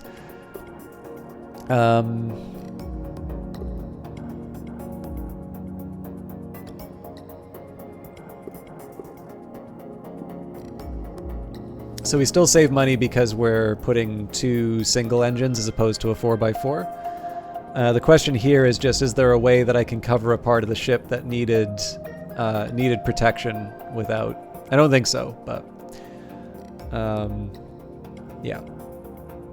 I'm just going to go for this very strange design. Again, I could, if I want, I can also just put the cockpit like so. I don't know which one looks better.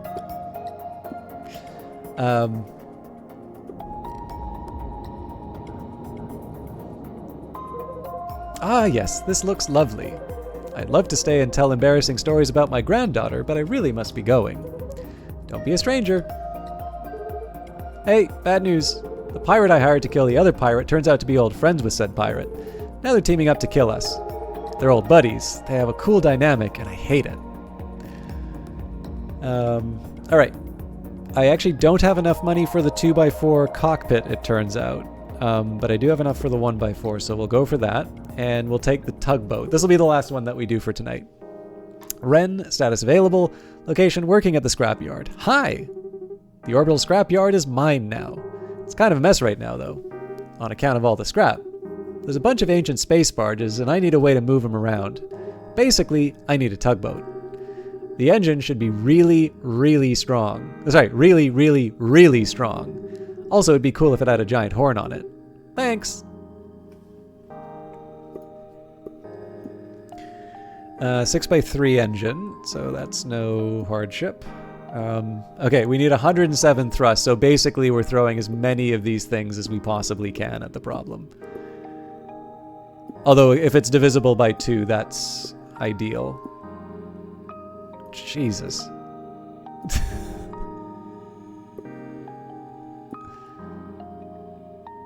Okay, for some reason... Oh, we're providing 108 of 107. Unless I can somehow find an alternative. So we've got 2, 2, 2. Yeah, no, I am not messing with this setup.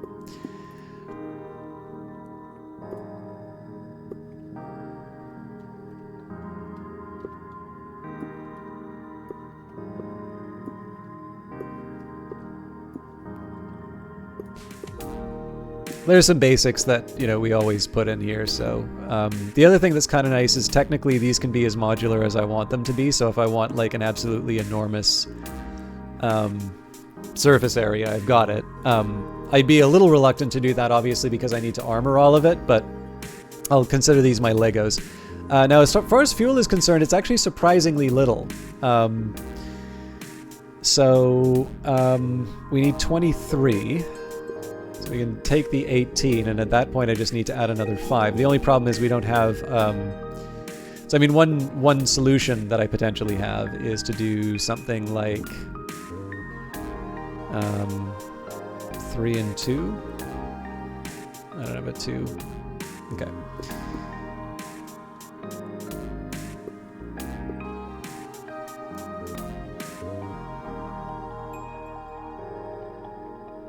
I mean, maybe it is just as well for us to go 2 big ones. So that's obviously way too much.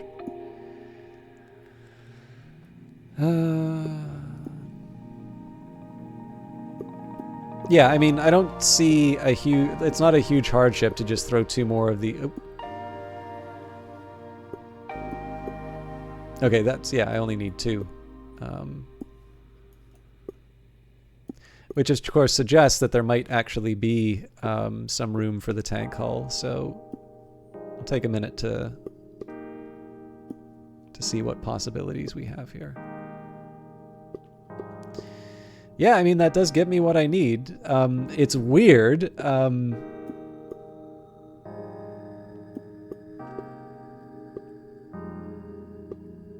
I guess we need... Really what this is about is protection on the front. So I guess what we can do here, we say this is all handled.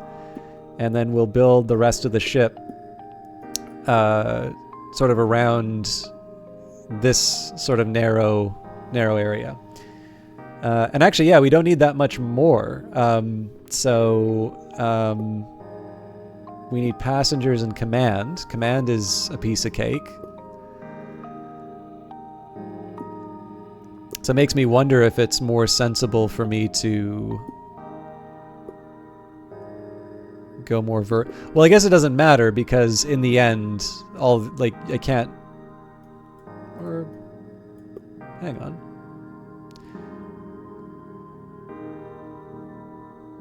Yeah, I can't cover any of that, so... makes as much sense to keep this here as any. Okay, so passengers, that's an easy one. So now we just clean up the loose parts and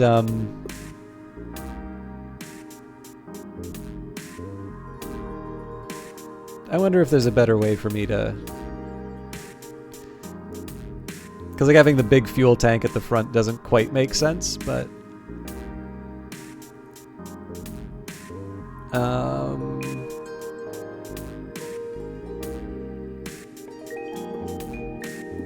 But it's armored, and that's what matters.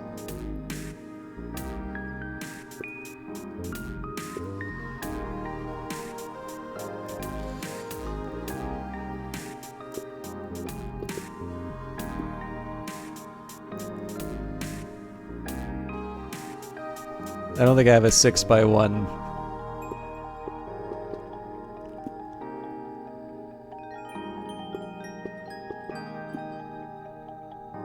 I don't know, like there is a side of me that wonders if there's a slightly better way that I can organize all this stuff. There's never going to be like a good looking, there's not going to be a good looking form of this, right? This thing is still going to be just very wide. The question is, I don't know, like do I think it's a little more well, okay, there is actually one thing I can do. So if we put the fuel tank like so, I can stick these things on the front. Right. I mean, in this case, but I mean, I don't know if that necessarily is any more aesthetically pleasing than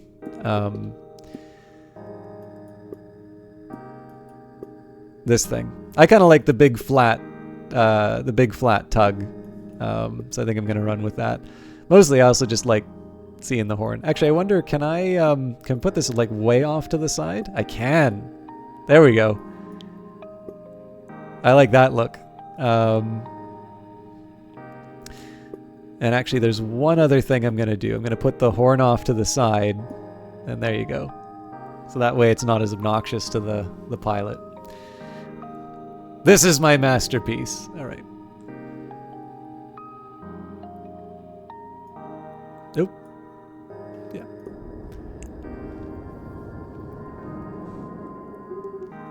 This is so cool. And oh yeah, about the horn. I remembered that sound doesn't travel in a vacuum, but it's still fun to honk. To honk. Be seeing ya. Yeah, so I don't know. I think this is a remarkably charming game. I think it's kind of I think that's apparent by virtue of the fact that I did actually wind up eating into the Cobalt core time for that. But I don't know. What did you all think of it? Because I'm very happy to do this game in the future. I will maybe save it for not Wednesdays because I did eat into a little bit more Cobalt core time than I had originally planned. But this is by the same game developers, and I don't know. I just like being able to, where I can. It's just nice to be able to share something a little different. I'm going to take another minute here and just direct your attention to Cobalt Core. We'll also try and see maybe if somebody's playing that tonight that we can host.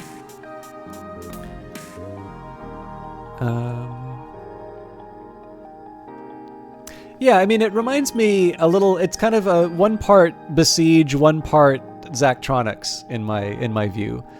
I'm sure if I look, so I'm a little reluctant to look at the community for this stuff because I have a feeling that there's going to be some really, there's going to be some like really good looking ships. So I'm a little spooked about it. But yeah, so thank you very much to Brace Yourself for the Cobalt Core key. I do feel a bit bad that I think it was probably about an hour that I wound up spending on Sunshine Heavy Industries with that, but, so yeah, I did want to spend a bit more time on Cobalt Core, but on the other hand, like Cobalt Core takes about 90 minutes for me to get through a run, so maybe it's not a bad idea that I didn't break it.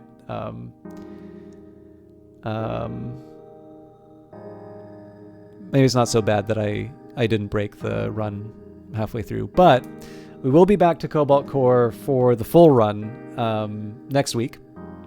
And last but not least, let's try and find somebody to host.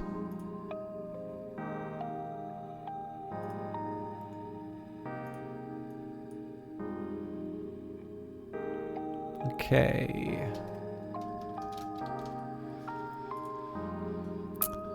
There are actually quite a few people playing Cobalt Core, it looks like. So let me just see who I can find.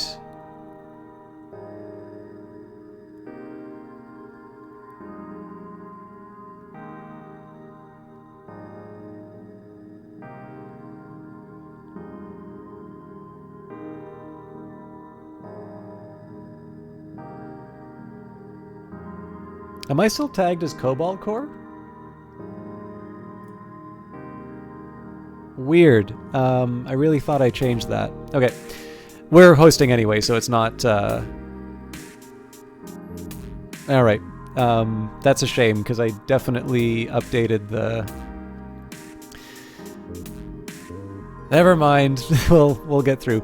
I have no idea who any of these people are. I think what I'll do is I will host Jade the Cobalt.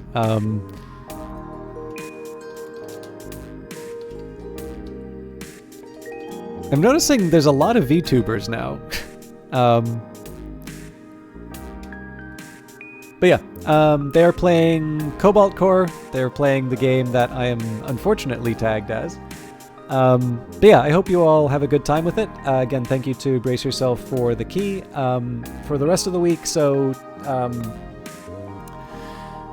next week we'll do Cobalt Core. Friday we'll do Book of Hours. Monday will be Book of Hours as well. I've got a ton of stuff that I need to do between now and, well, I mean, I just need to get it done, frankly. There's not even really a deadline that I can give to any of this stuff anymore. So the likelihood of me doing any other streams is a whole other business, but we'll worry about that later. Do enjoy The Other Broadcaster. Have a lovely evening, and we'll see you in the next one.